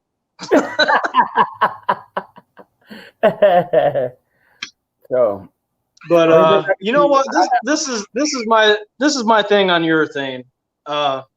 Obviously, it's my A game, and I know it carries oil down the lanes, it beats up the front part of the lanes. But if you want me on your team, do you want me messing around with resin and probably shooting 190? I don't. Or do you want me bringing my A game? I want you to bring your A game. I want you to bring your A game, most definitely. And I feel like me myself, like I found my trick to a person who's throwing urethane, so it's not a problem for me anymore.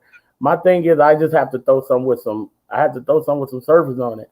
I can't throw anything without surface on. As long as I got surface on the ball, I got a great look. And it's only only because my ball roll is so forward, it affects me so bad. It affects me more than anybody when my ball roll is so forward. There was one time I actually got a taste of my own medicine. So I mentioned on Thursday nights I bowl in that Jarlin League. It's me and my two brothers, Sean and Scott.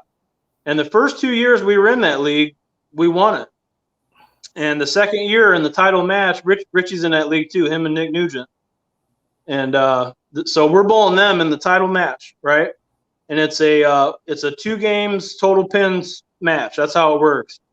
So the first game I bowled okay, 210, 220 maybe. My brother Scott killed it, shot like a 240 something. So we're going into the second game and we're up by about 150 pins, right? Richie pulls his pitch black out. And I see that and I go to my brother and I say, that's going to be trouble. Bro, he destroyed my line. I think I shot 150 or something that last game, but luckily I punched out in the 10th to force Richie to strike on his first shot. And fortunately for us, he threw a good shot, but I think he left a 7-pin and we ended up winning the league. Wow. But bro, he destroyed my line and I was just like, man, what is it with these people throwing urethane, man? Well, we decided as a team one night, we decided on a Friday night that we all were going to throw urethane. We decided. So we all go out the first game. We all shoot 240. All of us. We all shoot 240 with this urethane ball.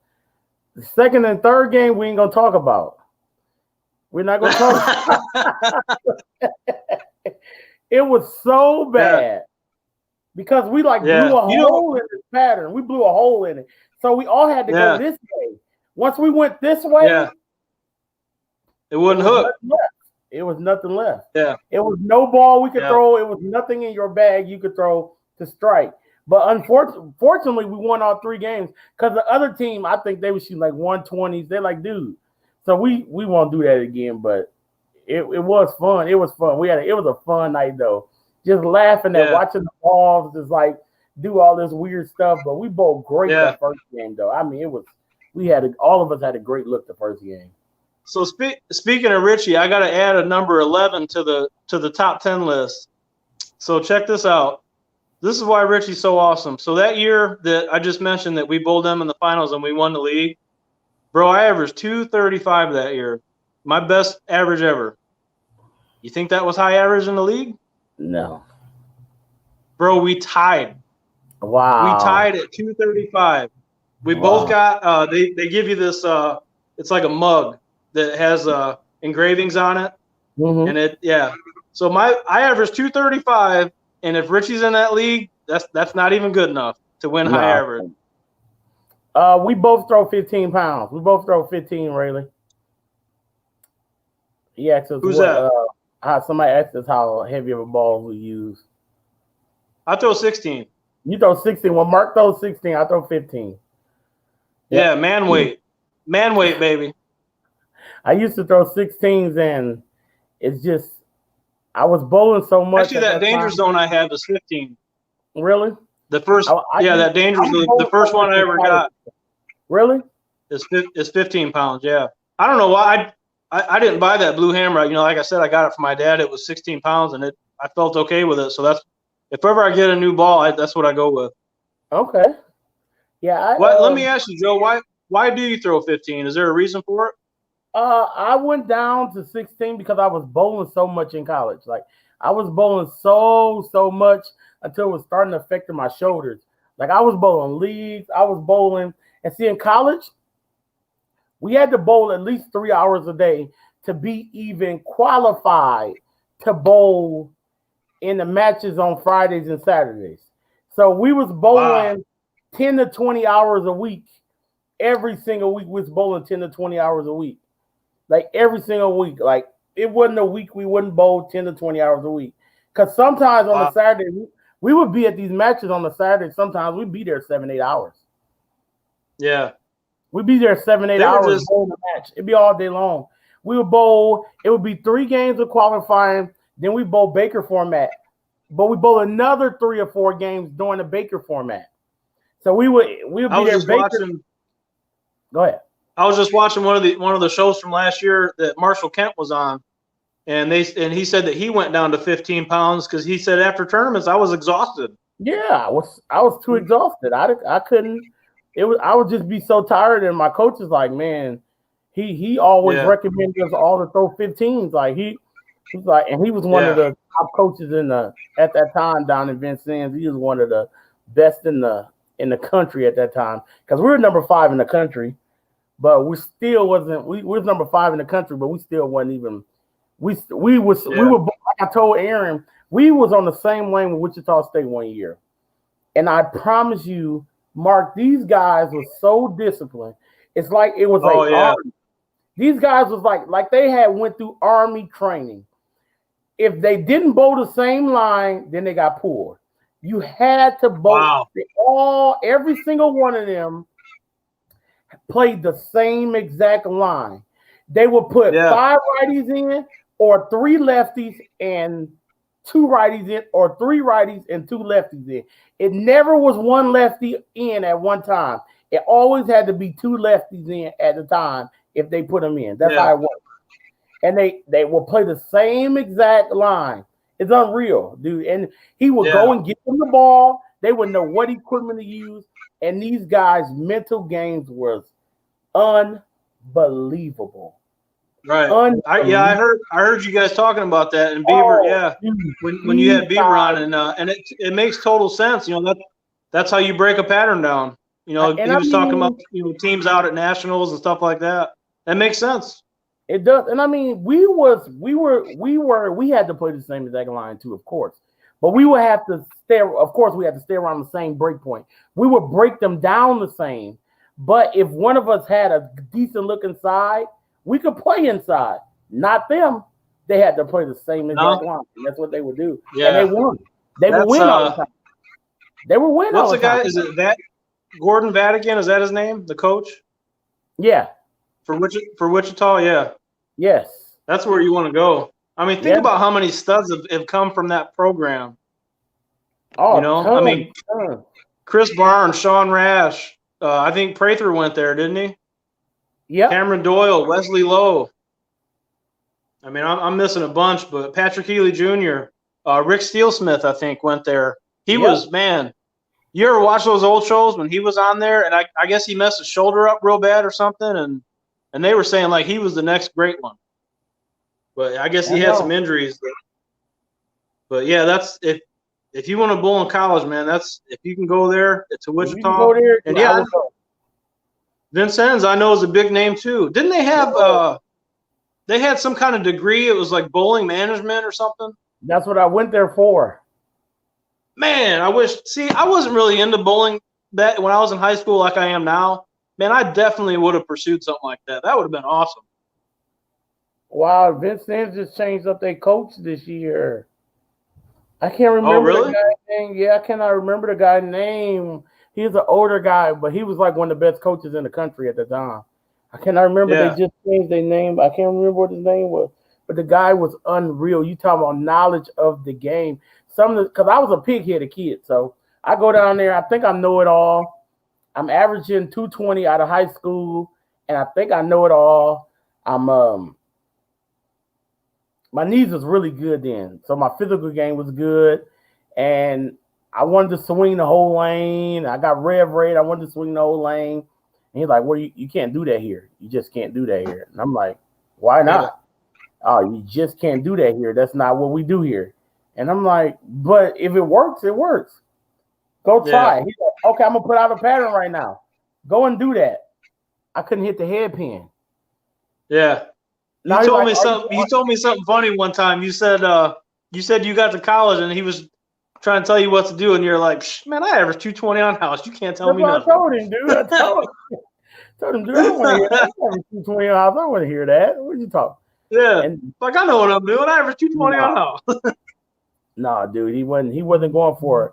But I'm so grateful because he switched it up, and I learned so much, so much. And like on sports shots and stuff, I go bowl on sports shots now, and I'm able to adjust. I actually bowl much better on a sports shot than I do a house shot. Like I just do.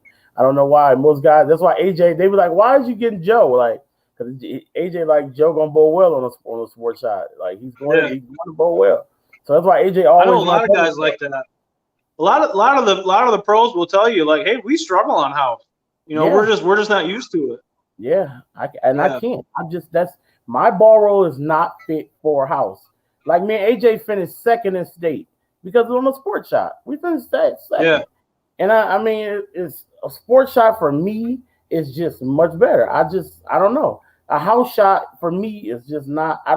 It don't show my level of bowling. It don't show where I'm at. You know how good I am because I can't bowl on it. I told Beaver that, and I even proved it. I'm like, dude, this is what I like to bowl on. Like I like to bowl on the tough stuff. I'm not good on this stuff, man. Beaver actually explained that to me one night. I was asking him, I said, why do you, I've heard that so many times that you know, the high level talent really struggles on house. And he said that, if at our release, if we can tell that we miss to the right, we try and overcorrect it at the release. And you can't do that on house because if you're missing right, it's going to jump on you. Yeah. You know, that makes a lot of sense. It does. And I think that's where bowling, like I said, before college, I was like fine. Before I didn't know anything about bowling, I was totally fine on house. Like I was absolutely fine. I had some great seasons here. Like my highest average I ever carried at Chippewa was 229. I mean, I had great years bowling. But then after I learned about bowling, I came back. I remember my first year back on house, I couldn't keep a ball in the lane. I literally couldn't keep a ball in the lane. No matter what I threw, hooked at my feet. I don't care how far left I got. I grabbed everything. Like I absolutely wanted to grab everything. I don't know what, and it really didn't feel like I was grabbing it, but everybody like, "Oh, you grabbing it?" It didn't feel like that, but just the whole mindset of bowling on sports shots, I had to make great shots out of my hand every time.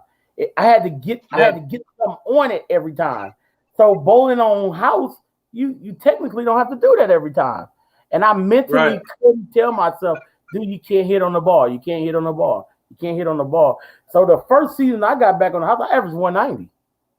I averaged 190, dude. Yeah, I averaged 190. I was so mentally, I was ready to quit. I'm like, dude, I can't bowl like on this. I literally cannot bowl. I told AJ, I mean, I'm sorry, dude.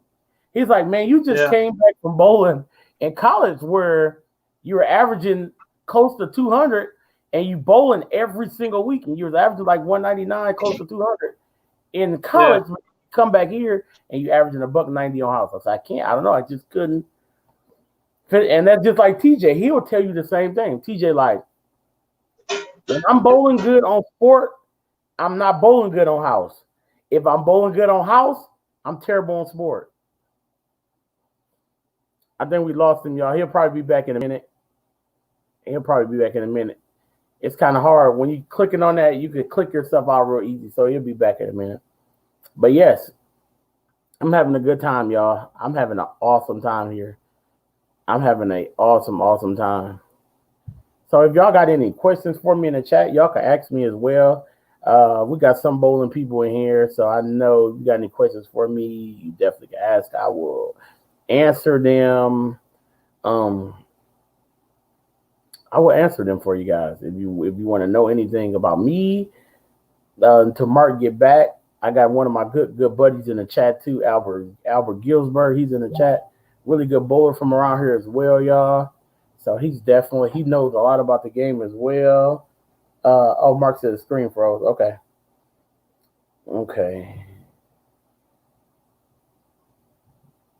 I'm messing.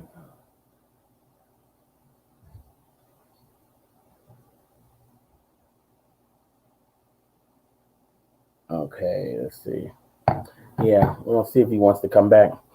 But yes, y'all. So, like I said, I really love the game of bowling. I love it. I love the ins and outs, the ups and the downs of bowling. Like, there's been a lot of downs and there's been a lot of ups for me. Like I said, I like to bowl on the tougher stuff myself.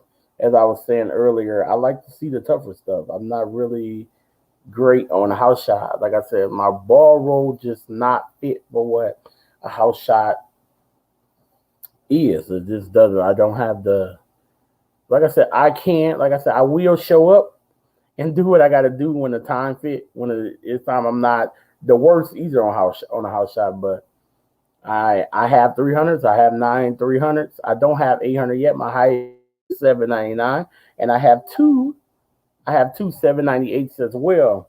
I just haven't had I haven't had the look I need yet to shoot one, but I am not a bad bowler. And I do know the game of bowling. I do know the game of bowling. I love to bowl. But we have some really good bowlers in our area. Even in Michigan, there's some really, really good bowlers in Michigan as well.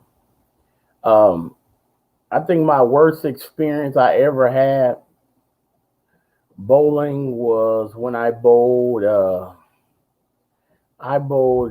Michigan State tournament. Was one of the hardest times. Hey Terrence, how you doing? Welcome in. I bowled a Michigan State tournament some years back. It was tough. Oh man, it was so tough. I bowled against a lot of really, really talented bowlers. And the team I went with was accuracy and speed control, the biggest two factors on top of condition. You do both of them well. Thank you so much. I appreciate that. That's big coming from you. Like really, really big coming from you. Because Al is a really good bowler, y'all. Like literally a really, really, really good bowler. Like really good bowler, y'all. And he knows the game. Like I said before, he knows the game ins and out. Hopefully I get to interview him because he knows the game, y'all. And he has like these amazing stories. Like he has shot 300s in different areas around the country, y'all. And he's actually, I think Al has bowled some regionals as well. So he knows the game of bowling big time, y'all. And so he's very humble as well. Look who is in here. How many games do you bowl? Now, this guy right here, y'all, needs no introduction. Mark is back in the building. Man, sorry, guys. You all right? Guess who is in here? Who's that? Val Medich is in the building. Val, what's up? Val is in the building. Wow.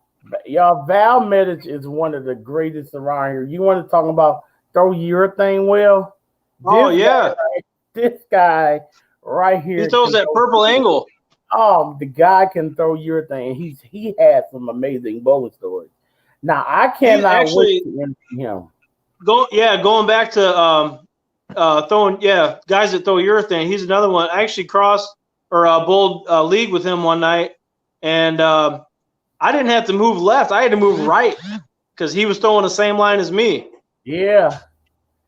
I cannot wait until I get to interview Val because Val has already basically Val always tells me stories about things that happened in the bowl night with him, and I'm excited. I cannot wait to interview. I know he has some amazing stories. You know he's got some stories.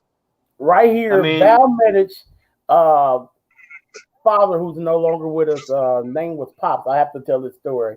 I always tell this story, but I was swinging the whole lane. I was swinging this lane, swinging the whole lane. I was down at PNA. I was swinging the whole lane, and I don't know who this guy is. I don't know who this is. I have no clue who this is. He comes up to me, he taps me on the shoulder, and he goes, "You're not gonna do that anymore." And I look at him. I'm like, who is this guy talking to me like that? I'm like, who is he talking to? He's like, "You're not gonna do that anymore." And I'm like, why? He said, because by the time you get 30, you will not be able to bowl anymore. And I look at him, I'm like, why wouldn't I be able to do that? He said, because that's going to kill your wrist by the time you get 30. And I look at him, I'm like, so what am I supposed to do then? He was like, meet me here Saturday. And the guy worked with me and changed up my game. He was the one who taught me how to go straight. I never knew how to go straight. Only thing I could do was just grab the ball and do this with it. And I was literally doing that with it, like literally doing that with it. Yeah. And it's crazy. He the one who taught me most of what I know. At my earlier childhood. I got a pop story too. So when they used to have when Spinners Classic Doubles was at Chippewa, Pops used to bowl in it with Sean Huffine. And we were in the bar after bowling one night, and Pops is also a hell of a pool player. Oh yeah. So I said, hey, I heard you're a pretty good pool player. He said, I'm the best in the area, or something like that. Yeah. I said, I'll play you a couple games. So the first game, I actually beat him. And, oh, man, he was pissed. And he goes, go get some more bleeping quarters. He didn't say bleeping. You know what he said. Yeah. So I go get some more quarters. I break on the next game, didn't make anything. I didn't touch the ball for the next 3 games. He ran the table the next 3 games he ran the table. I don't know if he was hustling me or what. So maybe I didn't really beat him, Yeah. Wow, that's awesome. But Pops, up until he was like in his 80s, he was still averaging like 185. Oh yeah, very good competitive bowler. Yes, he was. Very good competitive bowler. He knew the ins and outs of the game of bowling. Absolutely. He did. I think he's a state Hall of Famer too. Yes, he is. Ins and outs of the game of bowling. I'm talking about so much knowledge. But I will never forget that story because I probably wouldn't be bowling today if it wasn't for him. He was like, you're not going to do that. And I'm telling you, Mark, I was kind of like, who was you talking to? Like, man, who was you, Yeah. And he was like, I'm talking to you. Like, what you mean? I'm talking to you. Like he was my dad or something. I'm talking to you. Yeah. Yeah, you're not going to bowl like that anymore. And I'm like, okay. Yeah, he loves the game. He's that type of guy. Yeah, I'm like, okay. And he bowled in street shoes. Yeah. He bowled in street shoes. Yep. Very good bowler. Very, very good bowler. Very, very good bowler. Wow. Yes, it's awesome though, man. It's awesome to have so many stories in this area. Oh yeah. Hey, great bowlers. You get Val Jr. on here. That'll be entertaining, man. I'll watch that one for sure. I can.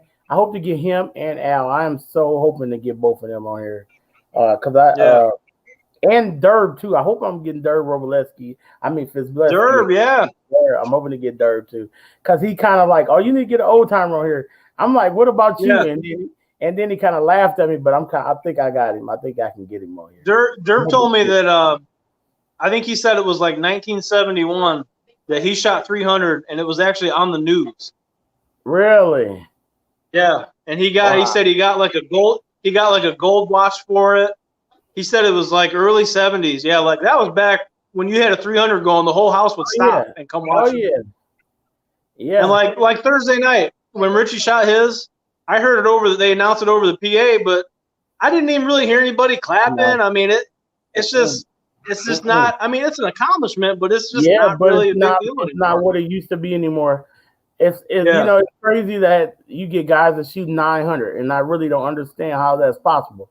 I honestly don't know how that's possible. Like I just don't understand how you can in a night make 36 great shots. I don't understand how you can make 36 shots and they carry though. That's the thing, and they carry. Right. How do you get 36 shots to carry? Because I've had nights where I feel like I'm just killing the pocket all night, but you're gonna leave a few 10 pins and whatever else.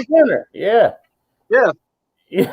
So it's like even like I said, TJ's highest. What did he tell me his highest was? 879 or something. Like even that's really It's either 879 or 869 or 868. No, I know in the St. Joe Valley, Dave Mendenhall has the record for 300, 269. You said 300, 269? Yeah, 869 for Dave Mendenhall. Wow. He's actually the one. I love Dave. He's a great guy. I don't know if he's bowling anymore. I haven't really talked to him in a while, but I hope Dave's doing well. He actually is the one that got me into bowling MBAs. Really? I used to for my work, I used to deliver to where he works at, a place called Man and Hummel on Bendix, and he was driving the forklift around there, and we kind of knew each other, and so we'd sit and whenever I'd see him and talk bowling for a few minutes, and he just one day he's like, do you ever do any tournaments or anything like that? I said, I bowled city tournament and stuff like that, and he goes, you should do the Michiana Bowlers Association. And I was like, I don't know if I'm good enough. And I bowled them a few times and didn't really do anything. So in the 2015 year, I said, all right, I'm going to bowl this first one and see how it goes. And if it doesn't go well, I don't think I'm going to bowl anymore. And that was my first title. So wow, I said, well, and then so when you win, you get a free entry into the next one. And I actually ended up going back to back and winning the next one too. Wow. So Dave Mendenhall, thank you for talking me into doing tournaments. John Metters is in here now as well. And Val said back in the day. Oh, that's Val's son, right? Yep, that's Val's son.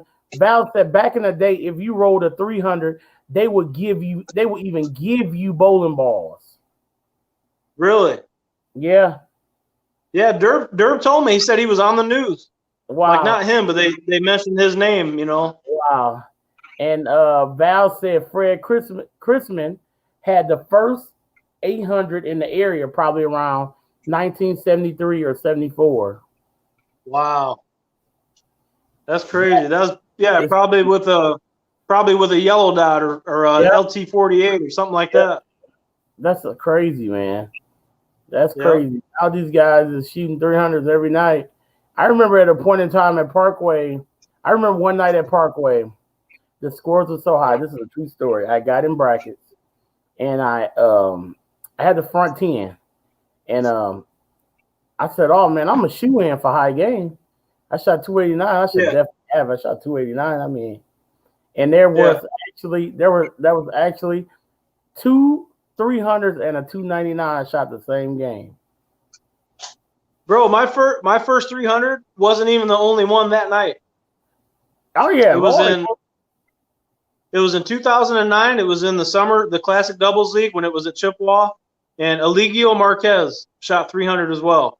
Wow. So that's kind of a story I tell to like my buddies at work or people that don't really follow bowling. They say, "Oh man, you have a 300? That's awesome. You know, that's probably pretty rare, right?" And I'm like, "My first one wasn't even the only one that night." I got a crazy story though, and I don't know if it's just a coincidence, but I have 9 300s, and every one I was injured. Every one you were injured? I was injured. The first one,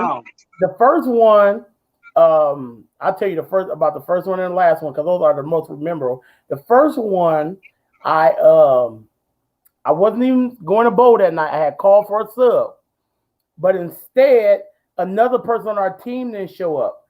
I had to go to the car and get a ball that I hadn't used and an old pair of shoes that was in my car. And I bowled with an old black and white jigsaw that had been rolling around in the back of my car for like months. And I go out there, my knee hurt so bad. And the first, the first 3 or 4 balls, they went Brooklyn and struck in practice. Yep. And I'm like, oh my God, dude, this is going to be bad. Like, this is going to be really bad. And so I end up moving right. I'm like, I got to move right because I can't put a lot on the ball. I'm going to move right. And I'm just going to kind of dump this thing right up 10. I can't do anything with it. And I dumped it for 18 straight, dude. Like, to start the game off. Wow. I shoot 300 the first game. I dumped this thing for 18 straight, dude.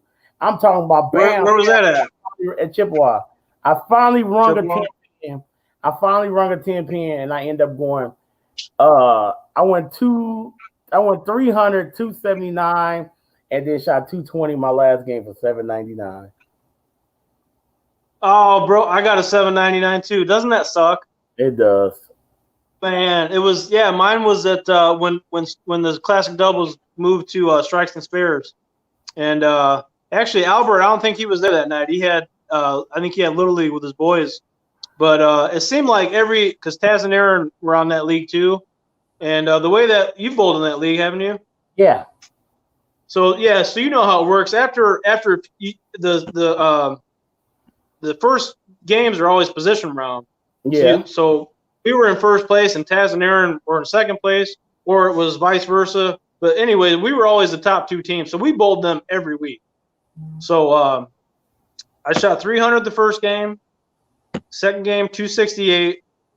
So what do I need? A 232 for an 800. So I'm throwing it pretty good. If I get the first one on the 10th, no, I needed a double on the 10th to get it. I get the first one. Absolutely buried the second one, ring and 10 pin. Wow. And I picked it up for $7.99. Wow. And I don't like watching scores. I didn't really want to know what I had to have. I actually thought I had to pick up the 10 pin to get it. Wow. So I was really nervous just picking that up.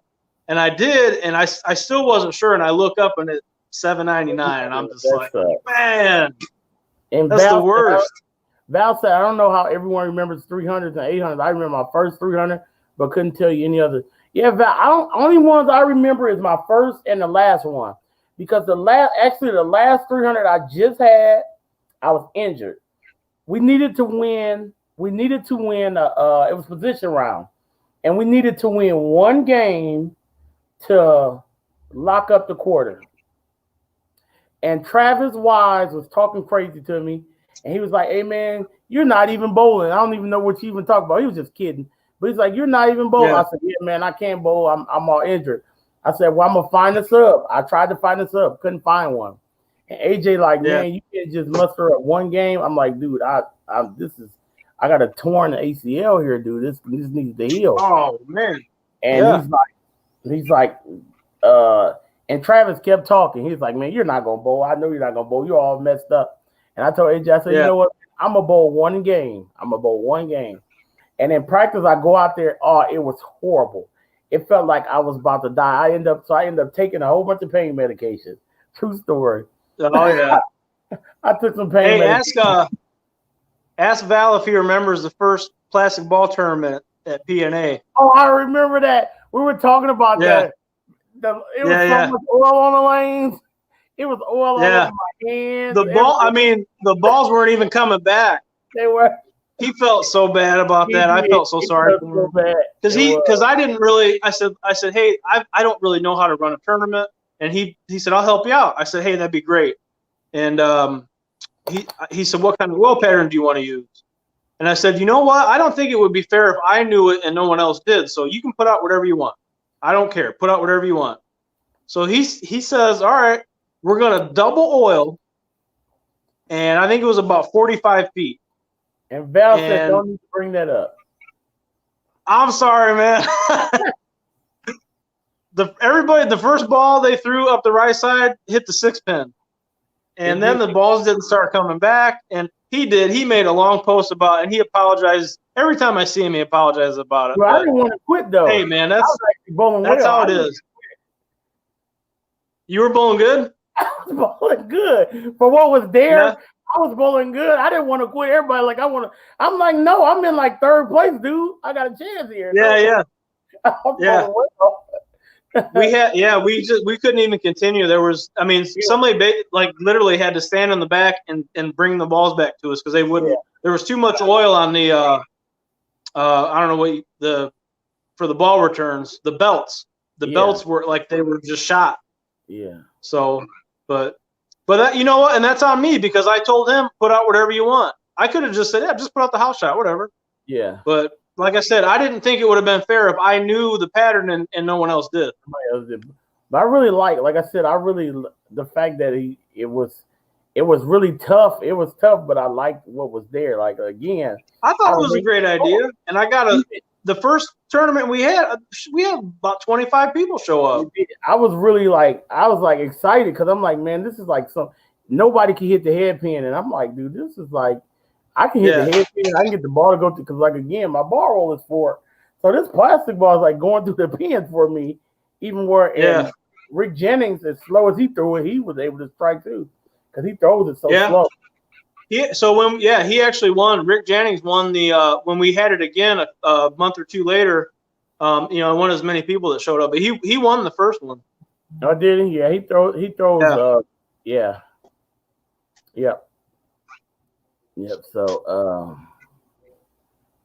So as let me see here. Let me ask you one of these questions here. So that's kind of a question, but hey, we basically know that. What's your favorite ball that you own? We basically know that ball, basically. Oh, you know that, baby, the Blue Hammer. The Blue Hammer, which is What's your favorite ball of all time? My favorite ball of all time has to be that I score with, because I have 4 of them, is a Hammer Taboo. If I could get my hand on one of those, I would be just, I think my brother has one. My brother Sean has one. Or no, wait, yeah. He had one, and it got damaged, and his ball came back and had a big chunk out of it. We were bowling Thursday night one time, and they had to buy him a new ball. I think he got something else. Really? I used to like that Taboo Spare. Remember that one? Yeah. Okay, Val, you have a good day. See you, Val. Yeah, the Taboo Spare was one of the first plastic balls that actually had a weight block in it. Yeah, it did. It did. I remember that. Yeah. But that Hammer Taboo was it just fit my game. I mean, I played straight with it, and I would make a move off of that, and the ball still went through the pins for me. It just, when I made a move inside, I didn't get that over and under. It would still go through the pins. Like, it didn't jump on me. The ball was great. But I actually, right now in my bag, and I have 2 of them in my bag, because like I said, I've been throwing the ball really well this year. Scores. You always throw it good, man. Huh? You always throw it good. What are you talking about? I appreciate that. But I have a squash solid in my bag. It's a Radical ball, and it's a squash solid. And I think you would like it too, because it's not real jumpy. It's rolls really kind of, I don't want to say urethane, but it kind of rolls. It hooks early. Yeah. It don't got a real. It looks early, so it's got a smooth back end. Yeah, and it ain't real big on the back end. It's a really good ball. I actually drew it up. I actually got 2 of them in my bag right now. I'm thinking of drilling the 3rd one and drill it. You got them laid out different? Yeah, I got them both laid out different, and they both. I remember seeing that ball when Sean Rash and Matt Ogle won the doubles. I think it was a year or 2 ago. Ogle was throwing that ball, killing it. Yep, and right now you can get them for like under $100, because that's what I got mine for. Really? Yeah. Yep. Yeah. I know you're a big Mo Pennell guy. He knows the stuff. Yeah, I love Mo Pennell, man. He's awesome. He has so. Was he a part of Mo Rich? Is that what that Mo stands for? That's what Mo Pennell stood for. He was he's the Morris guy. Yep. He was a Morris guy. So yep. They had. I know Walter was on their staff. They had the is it like Insane Leverage or something? Awesome Hook. Yeah. What else? Yeah. I had a ton of Morris balls. I actually gave him all to Scott. What is Scott's last name? God. Scott. Oh gosh. I cannot think of Scott's last name. But he used to bowl at PNA with me. Krempek. Yep. Yeah. I saw him last night actually, because he's on the board. Yep. Scott loves them. So he goes. He saw my son and he goes, "Oh, is your son throw urethane too?" I said, "Actually, yeah, he's throwing it right now." Mm-hmm.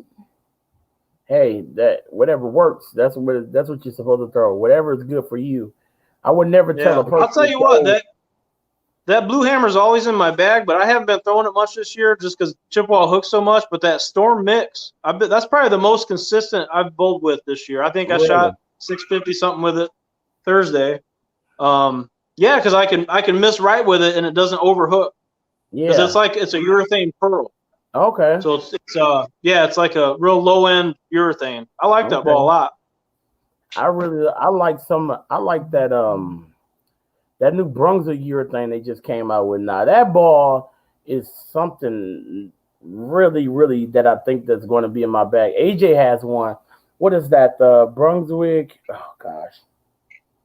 Let me look it up right quick while I'm thinking about it. What did they have a while? They came out with something a while ago. It was like the BTU or something.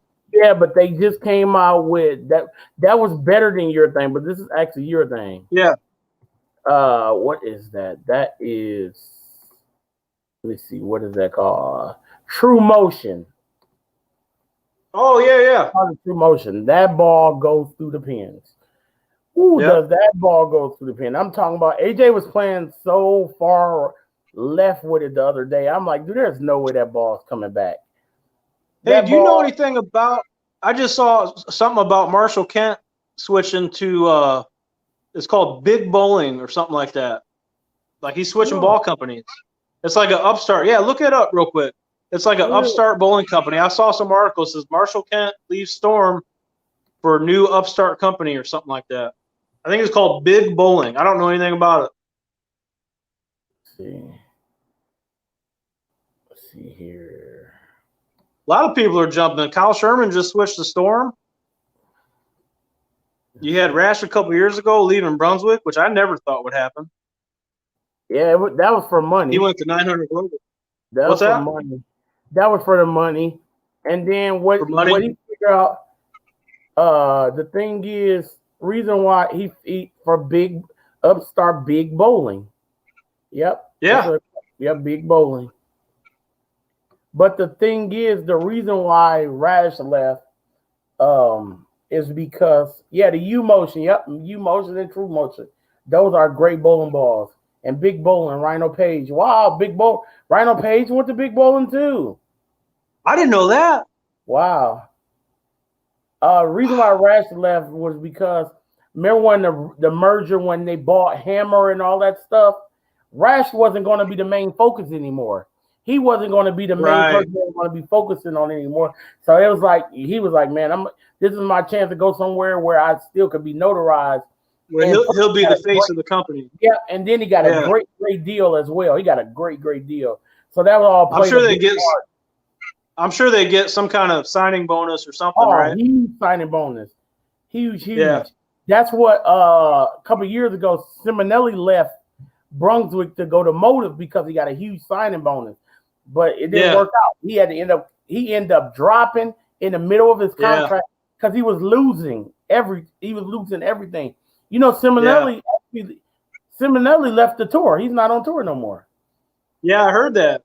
I read some articles said he's just going to take some regular job and bowl like maybe part-time, probably bowl some of the majors.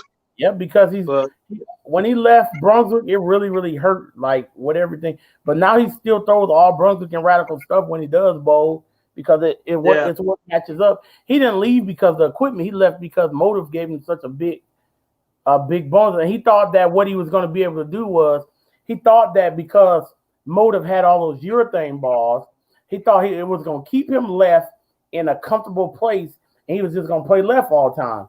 But it didn't work out that way. Motive makes some really strong urethane balls, like they do.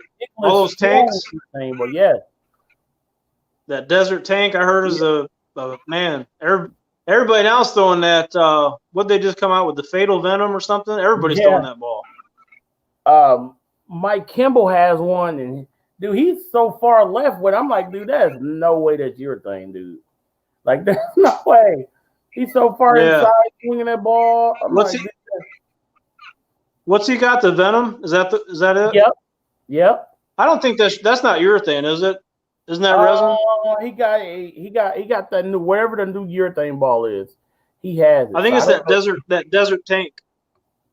Let's see, what is it? I think is their newest one, or Tank Rampage or something. All the urethane stuff is Tank something.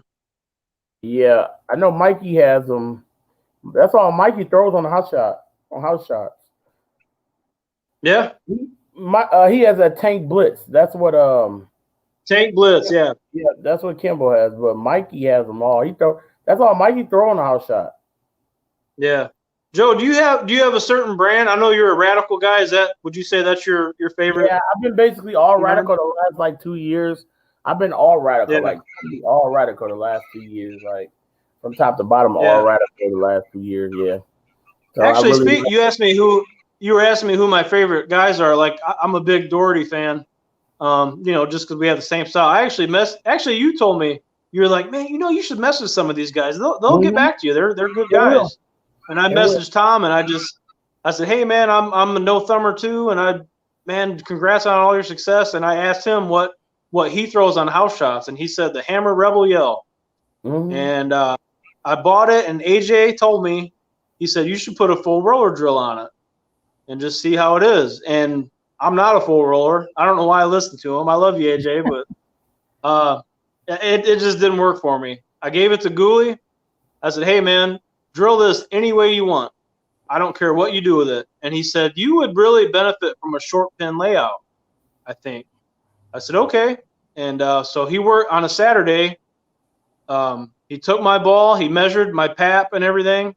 And he said, I'm going to give you about a 2-inch pin. And some of that stuff is over my head, you know. And I said, I trust you, man. I picked it up. I shot 300 with it that night. Wow. That was about a year ago. Wow, yeah, that was about a year ago. That's all. Yeah, the short pin layouts. I usually get a lot of short pin bowling balls for that reason, because I love the way the short pin stuff roll. A lot of the long pin stuff hook too much for me, so I get a lot of the short pin stuff with my ball roll. Like I said, so forward, I need the short pin stuff. It really helps me out a lot. Yeah. Yep. So I like the short pin stuff really good. So I got. Yeah, if I had to pick, I guess I'd say I'm a hammer guy. Obviously, the blue hammer, but I'm really digging that Storm Mix, man. I like that ball. Yeah, that's cool. I got a couple more. That's one of the best tips I ever heard was, I think it was from Brian Voss.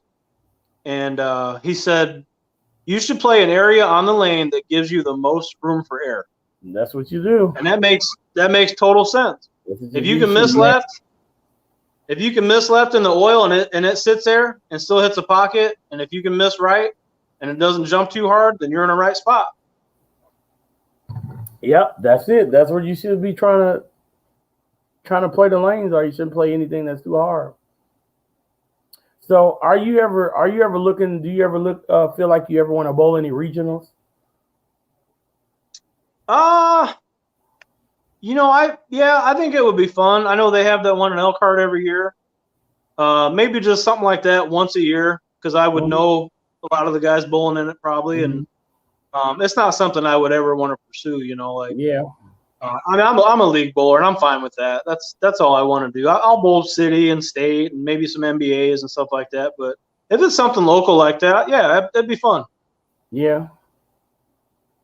And Rayleigh says, I'm original, but I like Brunswick, but some of the motive balls look good.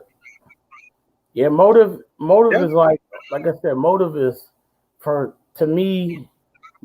guys who got like high rev rates, like really high rev rates. And motive for guys with high rev rates, because the balls are more on the weaker end. I really like my radical stuff. Then and I like Brunswick too, but I really like my radical stuff. Just the way it goes through the pins, like it really goes through the pins. Like I'm talking about unbelievable. Like, hey, I forgot somebody. I gotta throw Jesper in there. If we're talking about favorite guys. Oh yeah, yes. I mean, he's Mr. Urethane. Yeah. I think they said he carries about 7 or 8 of those pitch blacks with him. There's a couple are shiny, a couple are dull, some are pin up, some are pin down, whatever. But yeah, that guy, man, he's good. Only person I know who carries more urethanes than Jesper Svensson is Darren Tang. Oh yeah, he's good too. Darren Tang. Joe, let me ask you this: who is the best PBA bowler without a title?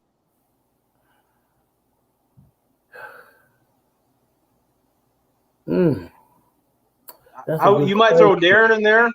I could throw Darren. I would say maybe AJ Johnson. Yep, AJ Johnson, Darren Tang. I like Nick Pate. I like his game a lot. Nick Pate is a good. Yeah, he's good. I'm trying to think. Some of those guys, you just feel like it's only a matter of time before they win. Before they win. I'm really hoping AJ wins sooner than later, man. I'm like, AJ's a good guy, and AJ's a good bowler, but the reason why he ain't won yet is because he's not level-headed. He gets too pumped up. Relax and take your time. Like he just gets too pumped up. You see him get into it, Brad Angelo? Yeah. On that one show? Yeah. Brad Angelo's like, yeah. It ain't that necessary to do all that stuff, even though AJ killed him, but still.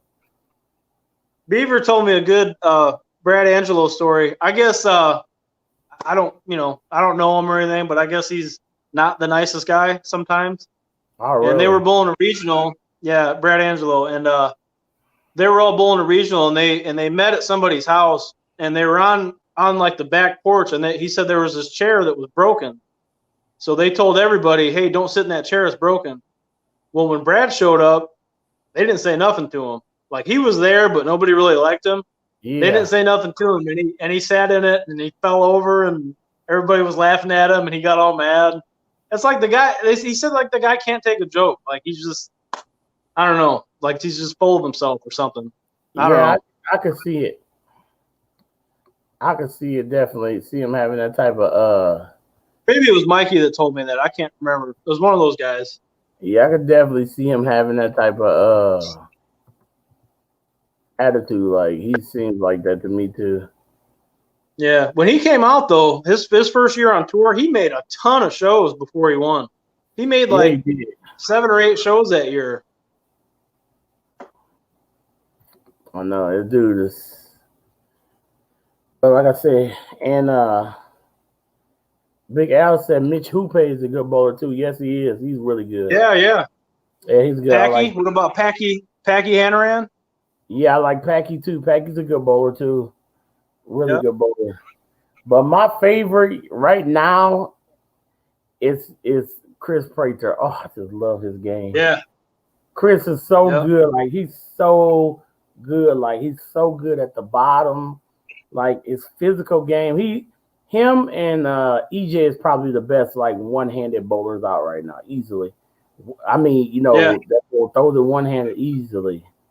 Like, EJ hands down is the best bowler that throws the one-handed. Yeah. Right now, EJ is the best. I feel that throws the one-handed out on Bill, last year, I'll tell you what, Bill O'Neill had a hell of a year. Oh yeah, he did. If it wasn't for Belmo, Bill probably got Player of the Year. Yeah, he would have. He would have. But I just look at the overall thing that you think about. A guy like EJ is 20? What is he? 25 or 26? And has 14. He's not that old, yeah. He has 14 titles already. Dude, 14 titles already. This guy has been bowling for years. Hall of Fame eligible probably when he was 25. Yeah, dude, that's unreal. That's why I just say. Yeah, you can say that about Simo too. Yeah, he's like 23 and he's already Hall of Fame eligible. That's ridiculous. That is ridiculous, guys. Did you ever watch that documentary on him on Flow Bowling? No. On Simonson? No. I guess he had a tough upbringing. Like I think his mom passed away, and his dad wasn't in the picture really. And he said, I don't have Flow Bowling, but you can watch a preview of it. So I was only able to watch a few minutes. But he said the bowling, huh? No, Kyle Sherman. The bowling alley was basically his daycare. Like they would drop him off at the bowling alley and just that's where he would spend his day.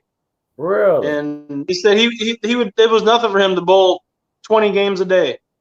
Wow. Yeah, and he said that he was 16 and he decided to forego his youth eligibility and enter some pro tournaments. He said he had about $100 to his name. It was $50 to enter the tournament, or maybe a little more, or whatever. Basically, he said he had enough to go to McDonald's and get a couple cheeseburgers and a water, and that was all the money he had in his pocket. And if he didn't cash in that tournament, he probably wouldn't be bowling today. And he ended up winning the tournament for $2,500. Wow. Yeah. That's crazy, man. That is because he was what was he 18 when they 18. Him and Connor Pickford won that doubles tournament? Yep, 18. And then he won the Masters that year too? Yep. That's crazy, man. It is, man. That's insane. But that kid has insane talent too. He does. Yeah, it's insane. Throwing a backup ball to win a title, that was nuts. That's insane. That's insane. That's unseen and unheard of. I'd break my wrist trying to do that, man. Me too, dude. Me too. Richie's trying to get into that now. Yeah. I said, dude, if you get that down, you're going to be unbeatable, dude. Unbeatable. I said, dude, if you could get that down when the lanes are just so busted up that you have nothing to the right, dude, you're going to be unbeatable. I'm like, you know who's real good at that is Chris Hurlburt. Throwing it. You ever seen him shoot a 10-pin? Oh yeah, he throws it back. Yeah, knows. Yeah, he's real good at it. Yeah. Oh, that's crazy. That's crazy. And Al said Kyle Sherman went to Storm. He is going to win a title this year. Yeah, I believe so too. Oh yeah. Yeah, I believe so. Yeah. Well, he actually has a title. He's got the I think they call it the Lucy. Yeah, the mixed doubles. They call it the Lucy or something like that. But yeah, he doesn't have a singles title. No, he doesn't. But I would say if I had to pick somebody, I would say maybe Darren Tang or AJ Johnson or maybe Sherman. Yeah. For probably the best without a title. Yeah. I mean, the AJ Johnson and Darren Tang been on TV a lot, and Kyle Sherman. They've been on TV a lot too, man, and haven't won yet. I mean, in Darren Tang's defense, he's Bo Belmore a lot. Yeah. In his defense, he's Bo Belmore a lot in the finals, so that doesn't make it easy at all. That poor guy, yeah. And somebody said, I remember growing up, Rayleigh said, I remember growing up and loving Norm Duke. Those guys back then is why Norm Duke is a great bowler, man, and always will be. He's still a great bowler. He won 2 titles last year. Yeah. I'll never forget. I think it was 94. Norm Duke bowled Brian Goebel and shot 280 and lost. That's crazy. Brian Goebel shot like that's the highest score, highest losing score ever is 280. That's crazy. Because there's guys that have shot 279 before and lost to a 300. I think that's happened 2 or 3 times. Yeah, I know. Yep. It was like, man, you miss once and you lose. That's crazy. That's crazy. Yeah, I've actually lost shooting 279. Yeah. I remember I shot 299 one time and didn't win high game. Wow, that's crazy. Yeah, I've lost shooting 269 and 269 back-to-back games. Wow. In the Masters, first game I get Jim Sardi, and I shoot 279. Picnic. Yep, I shoot 279. I shoot 279. He shoots 300. Then the very next game, I get Tom Gooley Jr. I shoot 269. I shoot 269. He shoots 300. Wow. I said, what a luck of a draw. And then I'm watching. Yeah, right. Yeah, I'm looking right next to me, and the score is like 189 to 199. I'm like, oh, that's great. I felt so good. Yeah. I'm like, I called my wife up. I said, I just got put out shooting 540. I just got sent home shooting 540. This is bad luck. Yeah, I just had the bad luck of the draw that day. It was down at Bowlers Country Club, and the shot was great. And it was what it was. I mean, I remember bowling. I think it was one of my first Masters, and it was at Bowlers. This is probably 10 years ago, and I made the cut. You know, they put the brackets up. Yeah. And I'm looking at the bracket, and I'm like, who is this Aubrey Jannings? I'm bowling a girl. This will be easy, bro. She shot 268 on me. I think I shot 230 something. I mean, it wasn't even close. Yeah, dude, she's good, man. Yeah, she's good. That year that I actually got second one year. I lost to Sean Irons, my good buddy Sean. Yeah. At 2013 at Parkway. That was a fun day. Yeah. Yeah, I bowled great that day. Bowled Sean in the finals. I lost and came out of the losers bracket. I actually had to beat him twice. I beat him the first game, but then he beat me the second game. Yeah. But we had a deal. It's like, hey, winner's buying the first round, right? And he said, absolutely. That's cool. That is cool. Yeah, that year. Hope I'll win one of those one year. Yeah, you will. You will. You definitely will. So after it's all said and done, do you ever see yourself coaching? I'm coaching right now. I love coaching on Saturdays. Oh, that's awesome. Yeah, I love coaching the kids, man, because that's the future. Yeah, it is. You know, absolutely. I will continue. I love bowling, man. I know you do too. I will continue in this sport in any capacity that I can. Hopefully, still bowling. Me and Taz always joke that we're going to be bowling on Tuesday afternoons one day. Yeah, you know, when we're all retired. And yeah. Yeah. But yeah, I love coach. That's one of the best feelings is when you find a kid and he's struggling and you show him something and he gets a strike and then just that look in his eye, he turns around and he's got the biggest smile on his face. Oh yeah, dude. It's like, man, I could do this all day long. Yep, it's amazing. I love bowling, man. And bowling is just it's a great thing to bring people together too. Oh yeah. Half the friends I have probably I wouldn't even know if I didn't bowl, you know? Yeah. You are so correct. So correct. I don't know if anybody in the chat got any questions for you. I don't know if they do. If they do, you're welcome to ask the questions. He'll answer them for you if you want to ask any questions. Yeah, fire away. Did you always bowl? Did you bowl juniors? I know you said you got a late start, kind of. Yeah, I bowled juniors, but I did have a late start. I actually bowled juniors for about 3 years, but I didn't start bowling until I was 12. But I got in juniors when I was in, I want to say when I was 15, I started bowling juniors. I was about 15. Yep. Mm-hmm. Was that at PNA? No, I actually started bowling juniors at Beacon. Oh, Beacon, yeah. Yep, I started bowling juniors at Beacon. I never really bowled. I bowled a few, city tournaments there. I never bowled league there or anything. I like Beacon though. I loved it. That was my place. I thought I was going. I probably would have had more honor scores if Beacon still was open. Yeah. Beacon was a great bowling alley. Hey, so when you were in juniors, who was like the man? Like who'd you look up to? Who was the man when I was in juniors is Sean Bishop. Yeah. Sean Bishop was the man. Sean Bishop was probably one of the only juniors in this area at that time, averaging 200 at that time. Yeah. When I was a freshman, Sean Bishop was the only one in high school that averaged 200. Really? Yep. And we had one. He's a good guy too. He bowled. Yep. I had that sweeper, that New Year's Eve sweeper. Yeah. Because I know Parkway they weren't going to do theirs, so I just said, hey, why don't we have it at Chippewa? Just for 1 year until they get theirs back on. And Sean Bishop was there. I actually got to cross with him. He bowled real well. Yeah. It was on a sports shop. Yeah. He was a good bowler. He bowled real well. Yep. Another guy, great mind, great knowledge of the game. Great knowledge.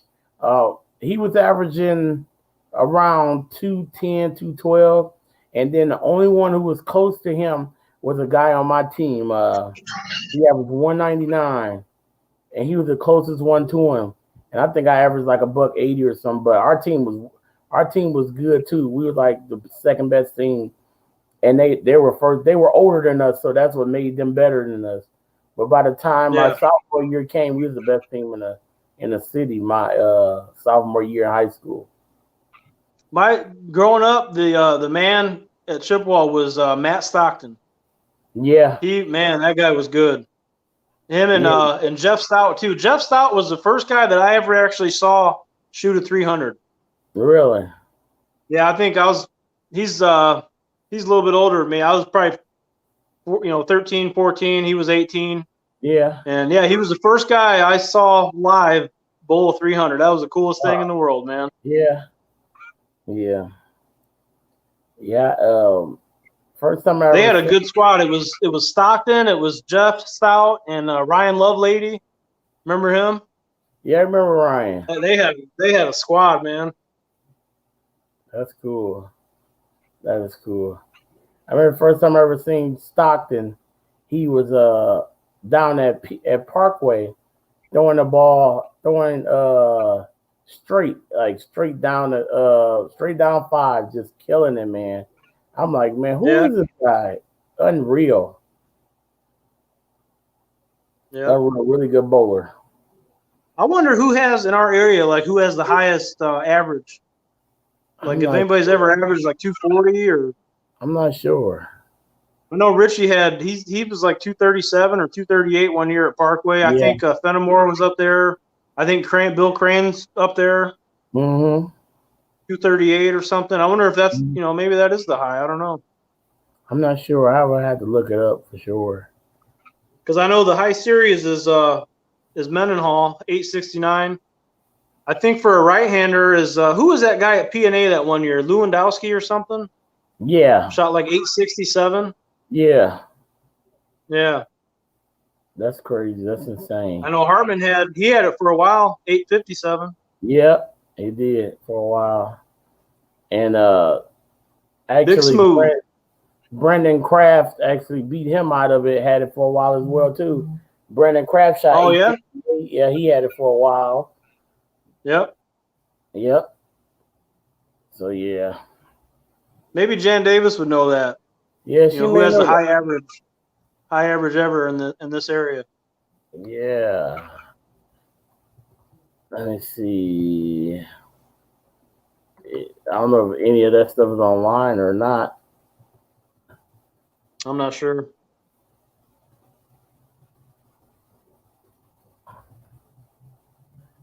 Let's see.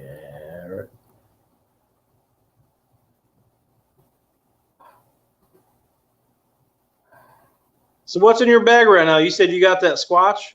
I got a couple squash in my bag. I have a squash hybrid in my bag as well. What else is in my bag? I got a conspiracy in my bag. And what else is in my bag? How many balls do you usually take to league? I usually take 6 with me to league, but 1 is plastic. I always have a plastic ball in my bag. Yeah. 10-pin ball? Yeah, I always keep in my bag. What's your 10-pin ball? It's a Brunswick Zone. But an old one though, it's an older Brunswick Zone. Yeah. Yep, sure it is. An older Brunswick Zone. So let me see here. Who is this? I had no clue who this was. Okay, he went for special.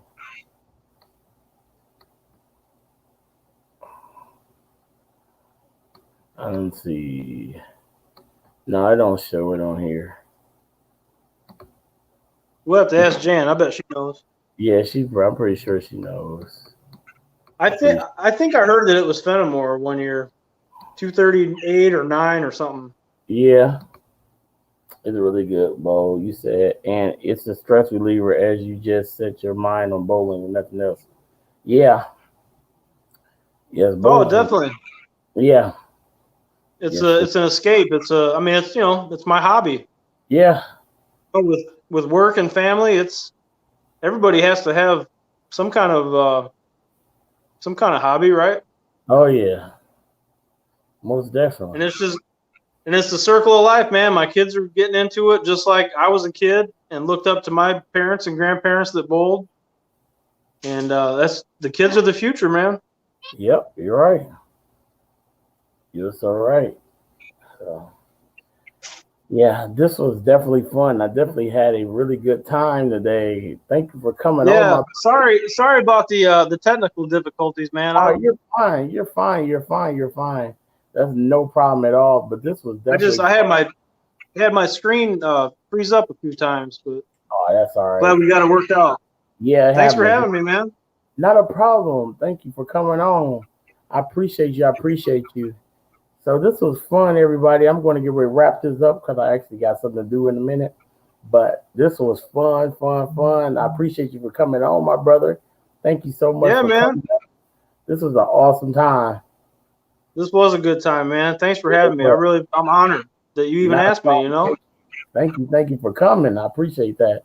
I appreciate you. So I can't wait to watch the next one, whoever it is. I know, me either. I can't wait. When somebody contacts me and when they give me a time and date, we're going to try to set that up and go from there. I'd love to hear some Val Jr. stories, man. That'd be good. I would too. All right, Al. Thanks for coming in. So, y'all, I'm going to. All right, Joe. All right, man. Hey, love you, brother. I love you too, man. All right, man. All right. So, y'all, this was fun. Another great day with Let's Talk Bowling. second segment. Awesome time. I want to thank everybody for coming in, and I appreciate each and everybody for coming in, y'all. Every one of you are awesome. Thank you all, my mods, and just everybody that was in the chat having a good time and talking about the game that I love so much, bowling, y'all. But until next time, I love y'all, and y'all have a blessed day. Bye, everybody.